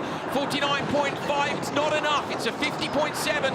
So Loeb and X44 hold on to the Continental Traction Challenge. Wow. I don't think the jump was quite big enough, but then also, Jenny, do they need to risk it? Remember, it's X44 who's got to close down that gap, not RXR. Have they held something back a little bit? I think Loeb will be delighted watching that. Oh, sideways action for the Rosberg car as he goes towards the twins. That section of the track seems slippier than it did yesterday. A little bit of jeopardy there as Kristoffersen crosses over his hands. Well, turns the steering wheel towards the switch zone, down to 30 kilometers per hour. Kristoffersen's work here is done for this semi-final. Good job by Kristoffersen. He did have a crack at the Continental Traction Challenge, but say the jump wasn't as big as yesterday. The thing is, Jenny, if they retire here, knowing X44 have got the extra 5, that would make X44 favourites, I think, for the final. Looking at, you know, their season so far, I know they haven't got it in a final, but they are clearly one of the quickest teams out there. So if RXR are in that final, they will score points even if they came 5th. So it's, you know, it's a very tricky tactical situation that they're in. Yeah, you're right. So Molly Taylor gets ready. She'll get the water and pour that over the windscreen, trying not to get it all onto our cameraman or to get it onto Johan. She'll be first into the car. And she's had, you know, they've lined it up really nicely for her. So the insert comes out. Had to do something with the belts there. So did you see Johan spent longer in the car to change the belts? Now, I suspect what they're doing is because of her seat insert, they're loosening the belts. Remember what Kyle LeDuc said yesterday? He accidentally left Sarah Price's seat insert in and then had the tightest belts in the world. So Johan jumps out and adjusts the left lap belt and the technician adjusts the right lap belt. A little bit of advice given there to Taylor and they're good to go. Yeah, so Taylor does also get a shot at the traction challenge as well. Sainz getting a good getaway as Leah Sands goes out. She's around the corner. But first out of the switch zone, it is Molly Taylor. So a reminder, this is a one-lap dash to the finish. And the order, RXR, a couple of seconds up the road from Acciona Sainz, and then Ekstrom and Kleinschmidt. We didn't see them in the switch. We know they've got a seriously damaged car, but can they get away? That's the question. Yeah, front bodywork missing, not so bad for them. Rear bodywork missing off this car, Acciona Sainz, but look at the gap Molly Taylor has in the RXR machine. 6.57, 6.58 seconds up the road. You know, she can afford to take this one easy if she wants to. Johan, you went for the Continental Traction Challenge, didn't quite get it. How important will that be in the final? As long as we're P4, it makes no difference. Well, good luck. Thank you. There you go, told you, have plan, execute plan. He knew already, Jenny, you know, P4 is the worst they can do. That's if X44 win and have the Continental Traction Challenge. Now, if they happen to be in P5, expect Johan to go absolutely flat out on the last lap of the Continental Traction Challenge. Imagine if the title goes to the final lap of the season. Love it. That's what we're all hoping for, I think. Yeah. Still in the switch zone for the Abt Cupra team. I don't think they're going to get back out again. So this is just down to Leah Sands, who could quite easily go round, and she's going to try and close down, because for her, she needs to, you know, have a decent running out there. And that's absolutely critical, because it means RXR will make the final. So unless now, if one of these cars stops on track, expect Abt Cupra to release that car. If they don't stop, it then becomes about how far around the lap you've got. So there's no point in risking the car when they know they've lost out. The bodywork's missing from the front. If one of these stops, I think they'll send the car. But it's a massive advantage to RXR. Now they really do know they're going to go through, Jenny. Commentator's curse. I'm just worried for you saying that. You know me, but gotta go for it. 2 cars going through to the final. It should be, there we go. So Taylor using the hyperdrive now. And off they go towards the jump zone. Sands also using the hyperdrive. Let's see how much Taylor wants to risk it. Not very much, quite a conservative jump over there. So not going for the traction challenge, just going to try and get that car home nice and safely and line them up for a final dive. Acciona Sainz landing from the jump, coming up to that narrow section. Taking it steady over the bumps. I think someone has been told that there's no risk for them and they can afford to take it easy. They're still only 6 seconds back from Taylor in the RXR machine, but here she is coming up now through the murky conditions. So they do release the Abt Cupra car from the switch zone just in case there's an opportunity. There it is coming down the straight in the background, but Molly Taylor coming up the slope. They're just meters away from going through to the final, and they're taking the advantage back here. Kristoffersen with a brilliant first couple of laps. Taylor, as usual, absolutely flying, and RXR do what they needed to do to respond to X44. They're through to the final, and the championship goes down to the last race of the year. Well, good stuff there from Taylor and Kristoffersen winning the round, and also actually from the Acciona Sainz team getting through to the final. They did a really good job. Bit ugly from Kleinschmidt and the Abt Cupra team, but let's go down and find out how they're feeling in the switch zone. Nico, your team seemed to have done what they came here to do. Happy? Yeah, of course. No, it's another step in the right direction.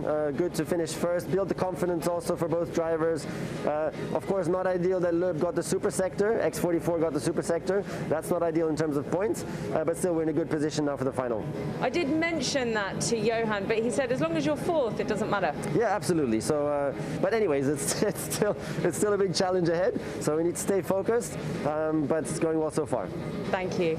Nico Rosberg, of course, the 2016 Formula One world champion, and for him, he knows how to win a championship, but does he know how to win it when he's the boss rather than the driver? He'll give it all he can go into this final and see what his team can do.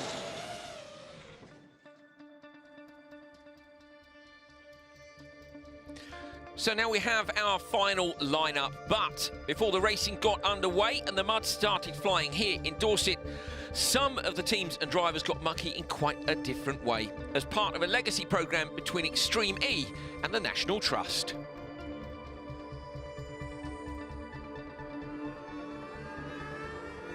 Location with the goal to leave a lasting difference. With global natural habitats reducing due to agricultural and human impact, restoring these has never been more important. So what we need to do now is we need to preserve what we've got, because these are very special and unique habitats. But we also need to be thinking about restoring and valuing other locations. So here in Dorset, they've gone from an area that was quite fragmented to be able to restore habitat and connecting those fragmented areas, which in itself has had a magnitude benefit for this area and for those communities that are now connected. The Jurassic X Prix Legacy Project, working alongside the National Trust, has set out to reintroduce the beaver to the local habitat. So there's many reasons why we'd want to reintroduce beavers. They're fabulous creatures because they're one of the few animals that actually adapt their habitats to suit their needs. We've lost almost 90% of the wetlands in the UK in just recent years. It's important to try to bring those wetland habitats back in order to give these other creatures somewhere to live. When they get here, they'll be swimming up and they'll be moving into these areas, and the beavers will be digging channels and so on to live there. But the lodges that the beavers live in, they'll do it themselves in time, but what we want to do is essentially give them a helping hand for when they first arrive by creating a couple of artificial beaver lodges that will kind of ease their arrival when they first come. It's got an entrance near the water because apparently they burrow under the water to get in, and then it has to have a roof on it, so we've built that out of some iron and then some twigs on top. So this is where they'll come in their first few days to sleep, and then they'll obviously go out and explore and build their own nests. Well, it's really nice to come down here and do something a bit different in the mud and getting a bit dirty and really helping out, seeing a difference, then and really come here and build something for the community that will live here. Oh, sorry. Sorry. I think one of the things we've suffered from over the last sort of 30, 40, 50 years is nature conservation has been seen as something that conservationists do, something that ecologists do. And I think we're all recognising now that the ecological emergency, the climate emergency is everybody's emergency. And it's absolutely fundamentally important that when we're doing these really exciting initiatives here, they're not just National Trust projects, they're projects that everybody is part of and gets involved in. And that includes all the people involved in the Extreme E. Absolutely, this is everybody's planet, and we're all essentially needing to work together to try and do something about it.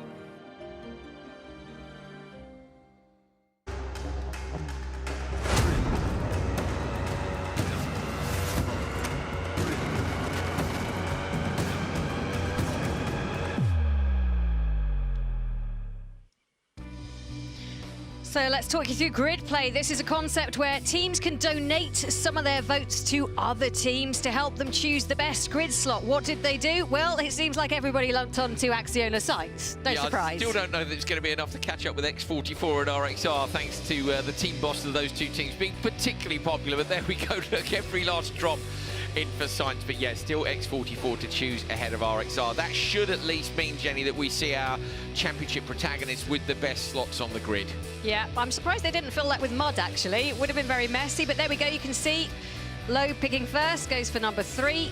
Christopherson going for number 2. Science and Sands, where did they go? They went for number 1. So they've all gone with the dry side of the grid. Those are the grid positions you've seen already in the semi-finals, and that's left JB, XE and Andretti United with that really wet and muddy side of the track that no one's really used so far this weekend, Jenny. We just don't know how much grip there is there. Could they spring a surprise and get up the inside? Well, RXR have had a problem. Our championship leaders had an inverter issue. Big question mark, would they make scrutineering in time? Could they get onto the grid? Let's try and find out. This is the final pre-grid. Visibility is quite low as the fog has got thicker and the mud is, of course, as thick as it has been all weekend. Michaela, the battle for that third place is on. We've seen what you can do. Can we expect more of the same? I mean, you have to say the starting position we have now is going to be pretty tough. But I mean, I'm going to give it all. It is the last race of the season and it's been so much fun. So I'm just going to enjoy these laps. Atta girl, good luck. Moving across to Christina Gutierrez with X44. They are battling for that top spot in the championship. Christina, it's got to be all-out attack, doesn't it? You need everything. Yeah, we need to be fast and attack from the beginning, because if not, we lose everything. Well, listen, best of luck. I can't wait to watch this final race. We're going to head over very quickly to Katie Munnings. Katie, you're battling for that third position. I've just spoken to Michaela. She says she's trying to have fun. What are you going to try and do? Yeah, I mean, I think we all perform best when we're having fun. We're really lucky we get to do this. I pinch myself every day, so absolutely. I mean, it's on now. We've got to finish, obviously, in front of them to be able to get the third place. So we came from the crazy race, which means we have the worst spot on the grid, so it's pretty wet, pretty muddy. But yeah, 100%. We'll give it everything we've got. We've got nothing to lose. Good luck. Thank you. Now we're going to head over and speak to Laia Sands. Laia, the last time you were in the final, you got onto the podium. Surely that's the aim now. Yeah, we will try to push. We are in the final. We had good rhythm all the weekend, so we're gonna try. Best of luck. Thank you. And last but certainly not least, Molly Taylor. Molly, surely you're feeling the least pressure because it's fourth and above. You're sitting pretty, no? Look, still we've got a big race to do and to get right, so yeah, just got to keep our heads down and yeah, try and have a clean one. Well, listen, best of luck. We can't wait. I'll let you get buckled in. Thank you. So Molly Taylor very late to the grid. You actually saw the car pulling up there as Caroline was talking to the drivers already ready to go. A bit of a distraction for RXR in that fight for this first ever Extreme E title, but it is still theirs to lose. Yeah, 140 points they go into this with, 125 for X44. Worth bearing in mind, they at the moment have the Continental Traction Challenge 5 points, but you can guarantee it's going to be fought over and contested well in a moment when we get this final underway. But all eyes will be on X44, whether they can challenge RXR. Conditions much the same as they've been all weekend. It's muddy and slippery. Some areas will be a bit stickier and drier. There we can see on the right-hand side of the grid that wet section. Can any of those cars get away ahead of our championship contenders? Nico, what would it mean to you to be the first ever winner of this championship? First of all, we're concentrating on the moment. You know, we all build up to this, and very, very exciting. Super pressure. Let's see how it goes. Best of luck. Nico not feeling super talkative, is he? I think he's focusing just like the drivers are. This is it now. It's just one race left to go. 3 laps to decide our champions of Extreme E in 2021. Attention all Extreme E teams, this is race control. Stand by to start racing at the Jurassic X Prix. The final is about to commence. Energize your systems and prepare to race. So we are ready to go. You can see Extremosaurus coming along the graphics at the bottom of that, named by you guys. Thank you very much for taking part if you did. But all the teams are ready to go. Scott Elkins has given the command. 5 cars on the grid. Here we go then. On the inside, you've actually got JBXE and Andretti united, but remember, this is about X44 versus RXR. They chose those grid slots in the middle of the grid because they feel the grip there is best. On the outside, it's Acciona Sainz. Remember, it's Gutierrez in for X44, Molly Taylor in for RXR. And of course, Sands, Munnings and Arlene Kotlinski. Red light on. We're going to get ourselves ready to go for the final time this season. One last race to decide the champions. 3 laps of battle here in the UK. Watch for the green. Making them wait a long, long time. No chance for blinking there. X44 with a great start. RXR2, X44 are going to get there first. JBXC moves across to try and shut the door. Andretti United. Arlene Kotlinski almost up the inside of Molly Taylor, but not quite. It's Christina Gutierrez who gets down to turn 1 with a whole shot. Clearly in the lead. Molly Taylor, though, in P2. They run a bit wide in turn 1. Slippery through there. Arlene Kotlinski 3rd. It's Munnings in 4th. I can't see Laia Sands. They're a long way back for Sainz XE. Yeah, it's Gutierrez. She used a hyperdrive off the start line, which gave her the extra boost of power. 4 seconds extra boost to just slingshot herself into that first way marker when it funnels down first. So she's got a nice lead here. Oh, sliding for JBXE. They've got all over the place, losing out on the traction on the grid. Have they lost a spot? Can they push themselves back in? Contact behind. They're so close, they're side by side. Arlen Kotlinski, I think, just managed to get past. So Arlen Kotlinski gets up past Munnings. I thought she'd lost it. I wonder if she's used hyperdrive through there and we just haven't seen it on the graphics. She had sudden sideways in the background. Sands was sideways too. I thought maybe an issue, but they're back in there. At the minute, bottom of your screen, you can see live teams championship points. Gives you an idea of where they would stand if this was how it finished. But RXR, remember, only need P4, Jenny, as it stands, and they will be champions, and they're in P2. Tell you what, though, Gutierrez looking really good. She's extending her lead at the front of this bunch, and then behind her, it's RXR, it's JBXC, it's Andretti United, and then Sainz at the back of that. But these three huddled together, and it's going to be fascinating to see when they deploy their hyperdrive. All of them seem to still have it. Arlen Kotlinski is looking really racy here, and that's not what Molly Taylor needs behind. Molly Taylor just wants a nice, clean run. She doesn't seem to be taking any risks, and Arlen Kotlinski is making her drive on the mirror. She's now used her hyperdrive to try and get past Taylor. As we see over the jump goes Gutierrez. Sands uses her hyperdrive too. Oh, alongside JBXC, look for the pass on RXR. Michaela Arlen Kotlinski alongside and past Molly Taylor. Taylor on the outside line now as they're coming towards the right hand. They're surely going to slot into P3. They only need fourth, but it's a move in the wrong direction. Wow, look at that. Arlen Kotlinski flying over that massive leap, and she did a really good job to control it. So now you can see they're just getting closer and closer all the time. The three of them. Sainz now on the back of that as well, the Acciona Sainz team. So this is out in front. Gutierrez coming up to the twins. This is where you've got an option. You can either do the line that she's taking, or you can go wide on the left-hand side as well. These are the live team championship standings as things are at the moment. Just 3 points in it. Remember, at the moment, X44 have the extra 5. Oh, so now they're saying equal points for where they're finishing as RXR's dropped another position.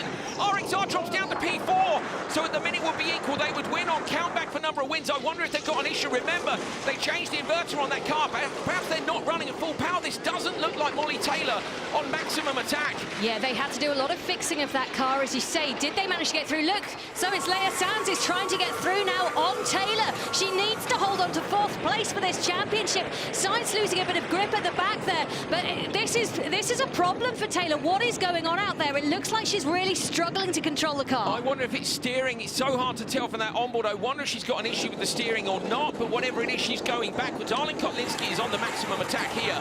Surely not now. She seems able to move the wheel quite quickly, which suggests it isn't, but nervous times now. They only need P4, but with Sands right behind, they're just 1.59 seconds back. Taylor here and then Christopher's are going to have a job to do. Yeah, absolutely they have. Look out the front, you've got Gutierrez, but here the gap closing all the time. And it just looks like Leia Sands is going to be able to strike at some point to get Taylor. You've also got a really good battle in here for second spot as well. It looks like Munnings is closing in on Arlen Kotlinski, and she's coming up towards the junk. And look, I think this is going to be a great shot over the really large jump, the knife edge, to see which of these two cars will come out in front. Munnings lining up Arlen Kotlinski. Unbelievable stuff here. RXR, the championship favourites, with 3 wins so far this season, remember, have clearly got some sort of an issue, which has seen Taylor drop back. It doesn't seem to be steering. I'm sure we'll speak to her when she gets out of the car before she hands over to Christopherson, but they are at the minute just 1 second away from losing this championship. And if there is a problem with the car, Jenny, Christopherson won't be able to respond and take that Continental Traction Challenge on the last lap, which would be their last chance to steal it back. At the minute, equal points, but countback will go in favour of RXR. So hyperdrive deployed for both Munnings and Arlen Kotlinski. Arlen Kotlinski is coming up for this jump right now. Rosberg X Racing used their hyperdrive as well. Munnings not able to close the gap up. Arlen Kotlinski doing a really nice sector there and just managing to ease slightly further away from her rival. Here is RXR championship leaders, but for how long? They take the jump, but is that car stricken? Have they got problems? And Leia Sands still has a hyperdrive. Is she going to use that to try and make a final pass on this lap? My heart is absolutely thumping. You know that Rosberg and the rest of the crew from RXR, Christopherson too, who remember is waiting to take over from this car. They did not want to be P4. They had a great start. They were right up there, but it's been backwards since then. You ride on board with Gutierrez as she comes over the crest and is going to come into the switch zone. Oh, there's Munnings right up behind JBXC, trying to make a pass on the braking zone. The two of them going into the funnel, not through. Munnings spins. Katie Munnings spins on the way in. She's going to have to bang that into reverse. There it is, and slot back in, so time lost. No problems for Gutierrez. On board, you were seeing Munnings choose the gears. That goes to show you just how much of a lead they've got on Taylor, because that could have blocked the route for Taylor. It hasn't, and actually Munnings holds on to that third spot. She gave it all she could, but she's not tucked up behind Arlen Kotelinski, and we know that is quite a useful place to be coming into switch. Now, if there is a problem with that car, they could attempt to reset, but it's a dangerous move in a switch zone when time is very tight indeed. There's Sebastian Loeb. He knows they're absolutely in the position they need to be in. They hold the Continental Traction Challenge 5-point advantage. They hold P1 in this race. They know RXR on the back foot. A smooth change here, and they'll be away. Oh, almost Andretti United almost collecting her there, but I think her seat insert got driven over. Yep, she doesn't mind about that. It's done with now. The water goes over the windscreen. They'll try and clear it for visibility as much as possible. Can't hear any feedback. Remember, 1 lap now. It's just 1 lap for the second driver to go out there and try and win this championship. So another bit of water going out over the front of the car to help with that visibility. Loeb, he knows how to win a championship. He's done it a couple of times before, Andrew Coley. He has, but so has Kristoffersen, of course. You've got a 9-time World Rally champion up against a 4-time World Rally Cross champion. This is Munnings coming into the switch zone. Look, she almost gets past JBXC on the way in, jumps on the brakes, has to avoid them, and just the mud pulls her across. Okay, here we go. It is Loeb versus Kristoffersen. How long until RXR are going to get that car out? There goes Andretti United with Timmy Hansen on board. RXR will be closer. The car is moving, Jenny. They're closer than they were thanks to that problem for Munnings. But it's Timmy Hansen at the wheel. He's not going to be an easy one to pass, and he's got to hold off Carlos Sainz behind. Yeah, so let's see what happens. It's Loeb from Hansen. From Hansen, the two brothers racing against each other for third in this championship. Then it is Kristoffersen and Sainz. Those are your 4 drivers. They've got 1 lap. Let's see what's going to happen. There's been some sort of a problem for them. They're only pit out. Axiona Sainz are now a long way back from RXR. Look at the timing screen, bottom left. They still haven't left. Remember, they were only a second behind RXR when they came in, and they're now 15 seconds back. RXR have got a 10-second buffer. Loeb's just got to keep this car on the straight and narrow for 3 kilometres. Oh my goodness me, this is nervous and tense times. A reminder, the championship is on the line. As the dinosaur on the side looks on, he's got the best position in the house. Loeb just wanted, they've done everything they can do, Jenny. It's out of their control. He took that traction challenge. I don't expect it, if Kristoffersen is in P4 and still has that gap back to Sainz, so don't expect him to try for it on this lap because he doesn't need to take the risk.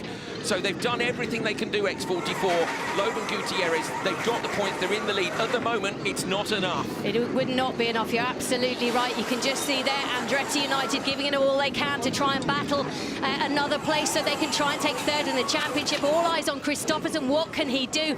He's going to want to try and be as secure as possible. 4th place is enough for them to win.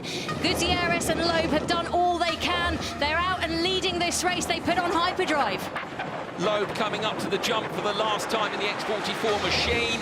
Gets onto the brakes, clears it nicely in the background. You can see Hansen has used his, Timmy Hansen has used his, and now RXR used their hyperdrive too. So Kristoffersen has an operational hyperdrive. We don't even know if there's anything wrong with the car. Maybe Taylor was just feeling nervous. We'll have to find out after the race, but at the minute they're just hanging on. They certainly are, and it's X44 leading the way. They have the 5 points for the traction challenge. RXR trying to do all they can. It's probably not enough now. No, they were second behind, so 5 points go for the traction challenge to Loeb. But look, Loeb coming up. He's taking the final bit of the twins. What can he do here? It's out of his hands, really. He can just go as fast as he can. He's done everything. They take the win here in the X Prix for the Jurassic X Prix, but heartbreak is it. They're going to have to look over their shoulders. Can Axiona Sainz do anything? The win goes to X44. Second for JBXE. We're still waiting for 3rd place. Who's it going to be? It's Hansen crosses the line in 3rd for Andretti United. If Rosberg X Racing cross the line next, they are the champions, our first ever Extreme E winners. Kristoffersen punches the air. He is delighted. The whole team are delighted. Wow, what a final. They smashed it. They did everything. X44 did everything. It just wasn't enough. And breathe. X44's first win of the season, 5 times top qualifiers. They never managed to transfer it to a win. Today they do, but it's not quite enough. RXR, you could see the relief in the command centre, couldn't you? It was so close as they came into the switch. Oh, we were freaking out, but for whatever reason, they were that far back. Kristoffersen jumped in the car from Taylor, and they just hold on. Molly, Taylor and Nico, I mean, you guys are the inaugural championship winners. Your thoughts, please? Yeah, it's a really good feeling. It was stressful weekend, but yeah, we just didn't want to do anything we didn't need to do and make sure we yeah, brought it home. So yeah, very happy with how it turned out. You did it, Molly. You did it. No, Molly has driven amazingly. Really like managing everything this weekend, you know, accordingly for the championship, you know, so exceptional, really awesome. Oh, what a relief, my goodness. So such a great team job.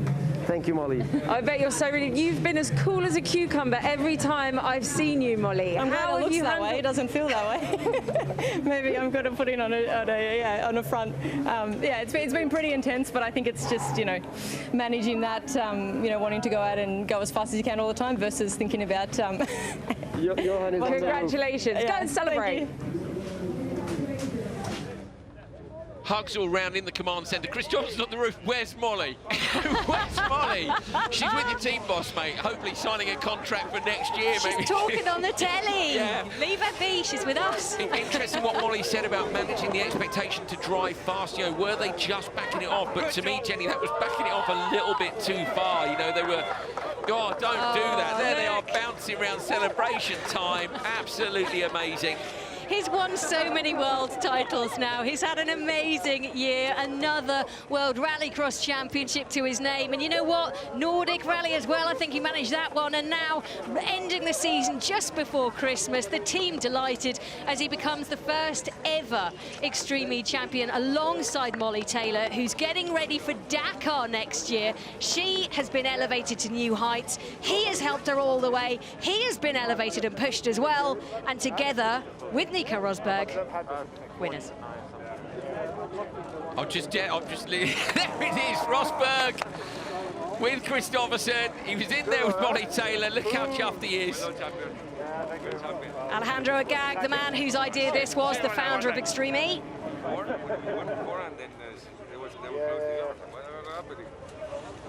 Yeah, but that's how it should be, huh? Well done. That's how it should be, nice and close and exciting. The emotion is absolutely fantastic. I hope everyone at home has enjoyed it as much as we have enjoyed bringing it to you. It's been a brilliant season. With the advantage they had coming here, I wasn't expecting it to be quite that close. I really wasn't, but it was. It was.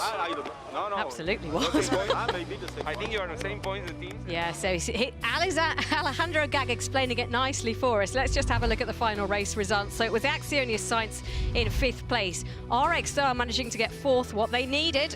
Exactly what they needed. Andretti United in 3rd place. The battle for 3rd in the championship standings. JBXE seems to have taken the way. And X44, their first win of the season. What a time to do it. But heartbreak because it wasn't enough for them. They did everything they needed to do. They got the traction area. They nailed the traction challenge, but they just level on points at the end of it. It's so good, isn't it? And RXR did just enough, which of course is all they needed to do, but they were making me nervous in the final. A shout for Arlen Kotlinski and a couple of insane passes. She passed Munnings, I think, and then she passed Taylor as well, didn't she? Well, a hyperdrive over the jump, the super sideways moment on that first back straight. Brilliant drive by her. And this championship for me has definitely ticked one box, which is highlighting how fantastic these drivers are.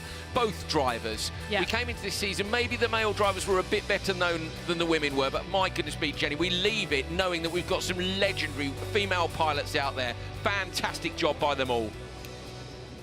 Sebastian, Christina, congratulations. You are the Jurassic X Prix winners.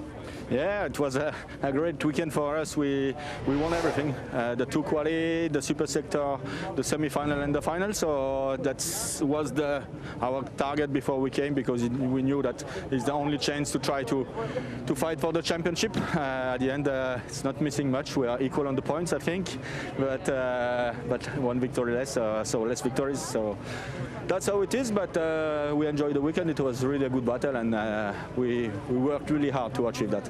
Christina, it must be bittersweet because you've won the race. Unfortunately, it just wasn't enough for the championship. Yeah, it's sad for us, but at the same time, it's a good race for us, so we are happy finally. The important thing is we are fighting for the championship until the last moment, so we are very happy. Listen, congratulations. Go and celebrate on the podium.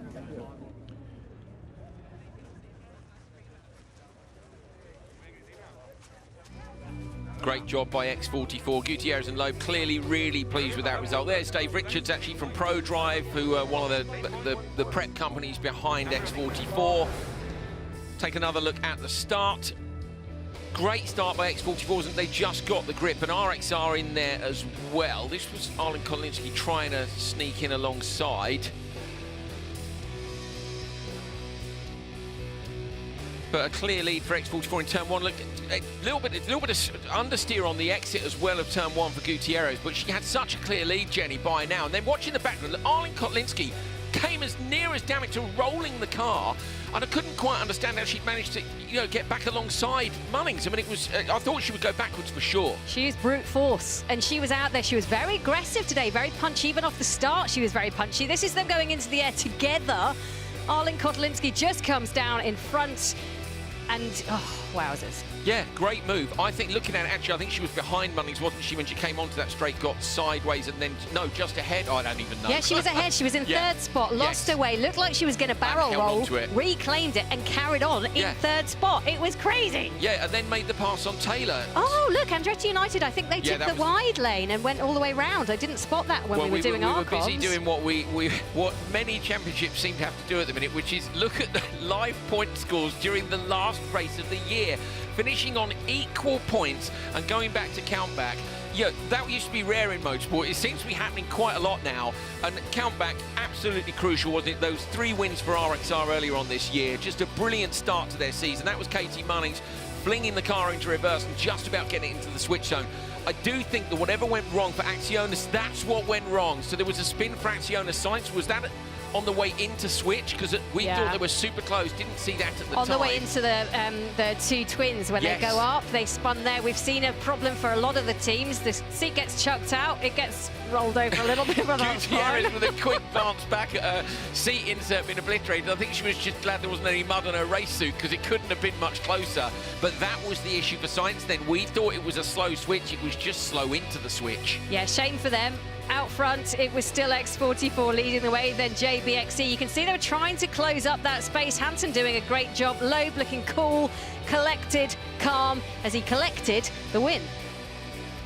First win for X44, 5 times the top qualifiers. They've never converted it. This was the day to convert it. This was the one where they could have won the championship. And if it wasn't for that spin for Sands, would Sainz have been closer to Johan? Would Johan have been able to hold him off? It doesn't matter. The story unfolded, and RXR did come across the line in P4, which was the absolute minimum they needed. Fist pump from Kristoffersson, hugs for Molly Taylor with Rosberg in the command centre. Celebrations all round for a first ever Extreme E Championship. Not a steward getting involved anywhere along the way. Thank goodness. Well, celebrations continue down on the ground in Dorset, just a few miles from the coast, the Jurassic coast. Let's join our presentations and the podium.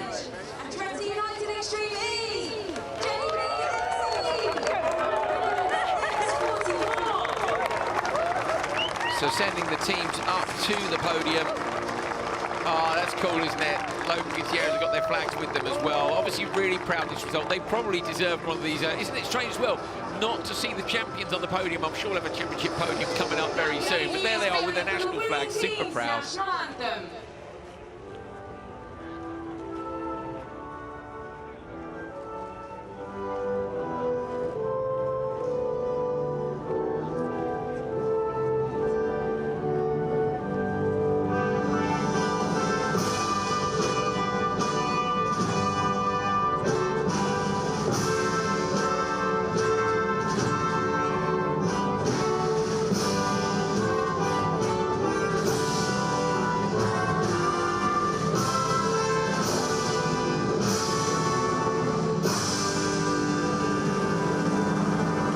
Well, a Frenchman and a Spaniard on the podium for X44, but it is Sir Lewis Hamilton, of course, who heads up that team. The British national anthem at home in the UK for a man who picked up his knighthood earlier on this week. I think is a fitting end to a brilliant season. Absolutely, as you heard the national anthem ring out.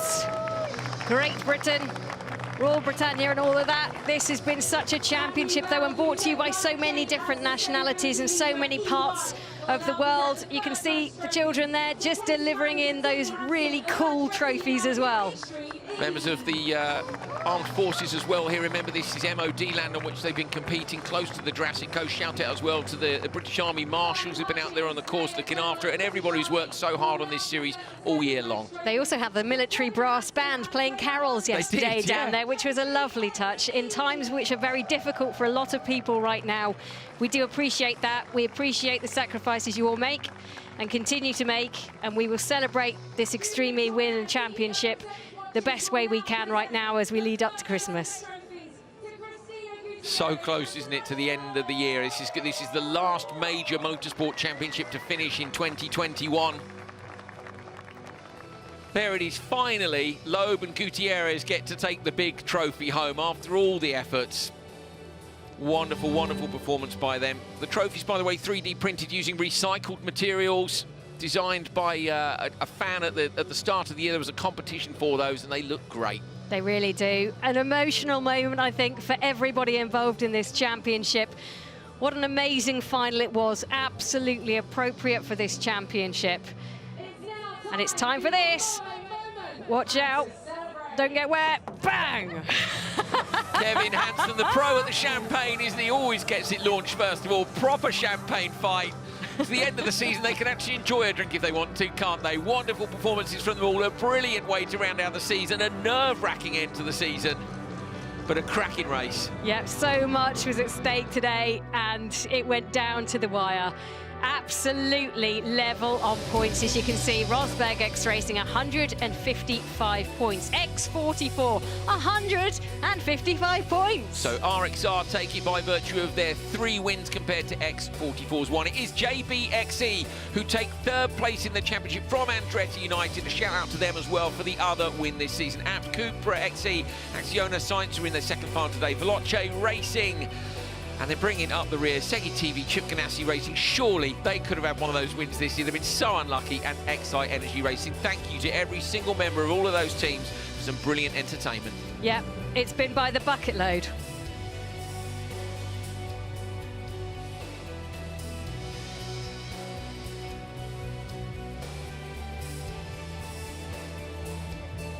Champagne in the eyes, never nice. It smells horrible. I have to let you into that little secret. Sweat on clothes mixed with champagne. It's not the nicest smell, but I tell you what, they won't care. As X44 did what they could, but Andrew, not close enough. Not quite enough, but isn't it great to see these elite sports people performing at the level they are? The X44 did it, that Loeb could take those extra 5 points and make RXR have to fight for. You know, RXR could have finished, they could have retired from this final if X44 didn't have those 5 points, but Loeb did it.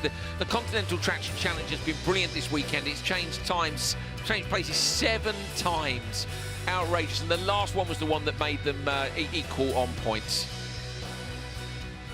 So this is the championship trophy being made and engraved. This is the moment that everybody's been waiting for, and it's the moment that Rosberg X Racing and Nico Rosberger, as the CEO and founder, have been excitingly hoping for as well.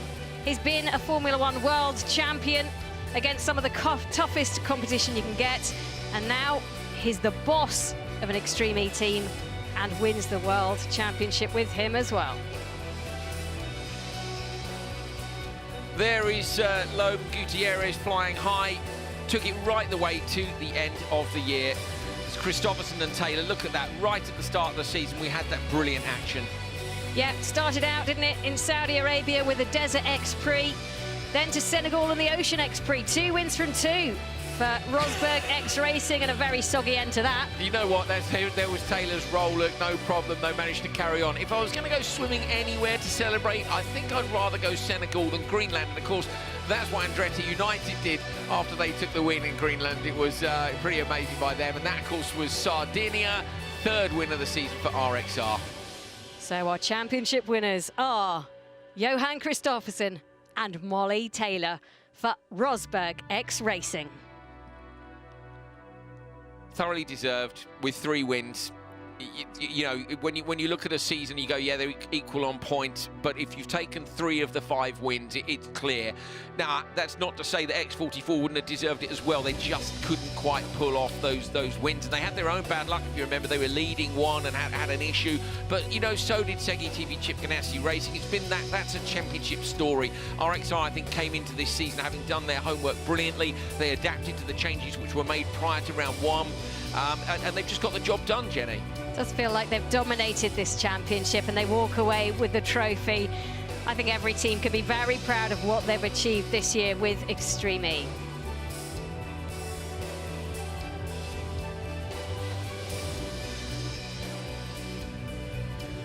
Brilliant end to the season here in the Dorset in the UK. Championship has been won by Rosberg X Racing, Kristoffersen and Taylor. I spoke to you earlier and you were still a bit tense, but surely now, congratulations, you're the winner. A bit tense, massively tense. But I mean, Molly and Johan just did such a great job out there again today. You know, just managing the situation, bringing home the points we need. Awesome, inaugural Extreme E champions. And Molly, was there an issue with the car or was it strategy? Look, I just didn't want to make a mistake, and you know, we weren't in a race really with any other cars as long as we could hold that position. So yeah, that was the most important thing. Yeah, I probably could have pushed a bit harder, but yeah, I don't think it was worth the risk. And Johan, congratulations. I know you had your eye on the prize. How does it feel to be the inaugural champion? I mean, fantastic. I mean, together with the team, you know, new team, new car, new series for all of us. So we learned a lot during the year, and we started off very good. And also in the end, to be able to be champions, of course, that's really, really nice. And you cannot do it in a better, more tense way than to finish on equal points. Well, listen, congratulations. Enjoy it. Thank you. So celebrations for Rosberg X Racing, and I have to say they have been absolutely brilliant behind the wheel. I was lucky enough to get in a car with Molly Taylor the other day. She really impressed me. She scared me. She scared me a little bit. Oh, good, Jenny. That's She's fine. just won the championship. She didn't scare you. I'd be a bit worried. I suspect she was driving more slowly today than she's driven all year. Really interesting to hear, isn't it, that she was comfortable in that position. I would have liked to, if I were them, a little bit more of a gap in between, but it's job done. They just did what they need to do. We said, haven't we, all day long? Let's begin the celebrations by welcoming the inaugural Extreme E champions, Rosberg X Racing. So Caroline de Moraes down on the ground for us, introducing our new world champions. It is Rosberg X Racing who will take their turn on the podium. It is Molly Taylor from Australia. It is Johan Kristoffersen from Sweden. It's Nico Rosberg, Germany, Monaco. You name wherever you want to, but either way, they are the victors here. And they will celebrate this Jurassic X Prix. Now, might not be the win. Please be upstanding for the winning team's national anthem. Championship was.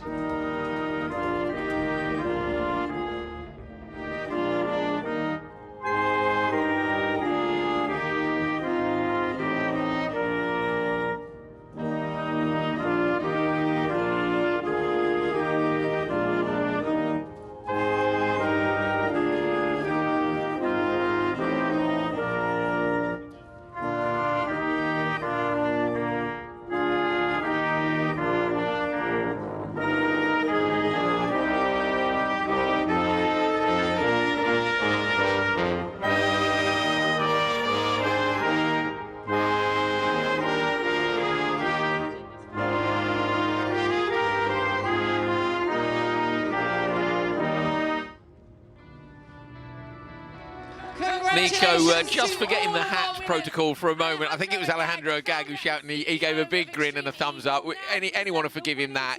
He's won the title and they're just all fired up. Yeah, Alejandro Agag giving out the trophy to the owner of that team, Nico Rosberg. Molly Taylor gets a little fist bump, as does Johan Kristoffersen, and they'll pose for their photograph. Look at the mud caking their shoes. I love it. Yeah, now Nico joins his drivers up on top of the podium. He will be so pleased, won't he, with that driver choice that he made earlier on this year. Here comes the rest of the squad as well. Remember, they're limited on the number of parts. Brilliant. Hoisting Molly Taylor up high, and so they should. She's been such a hit part. There's no escaping that, is there?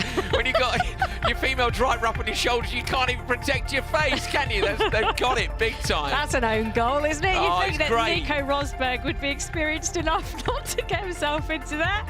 But there we go. It's absolutely lovely scenes. It's been a really grueling year for a lot of people. A lot of people in motorsport travelling the world under coronavirus pandemic restrictions. And this, I think, is the release that everybody was looking for. Just a little bit of final enjoyment of the sport that we all work so hard to be in.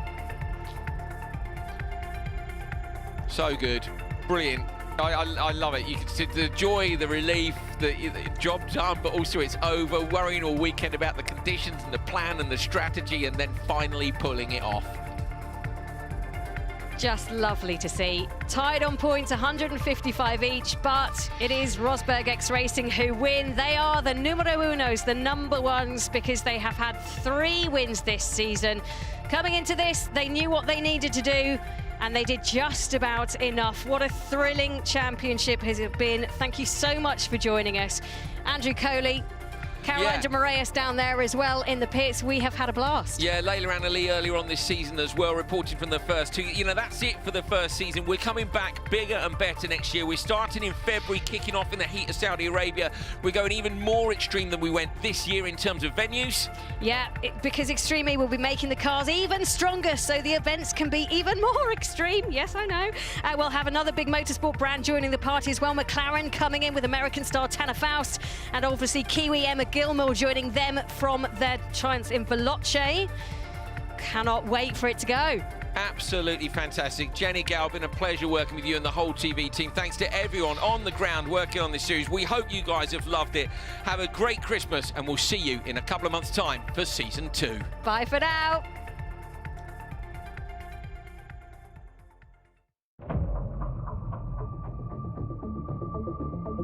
This is it. It's the start of an incredible journey. A new era for motorsport. Welcome to Extreme E.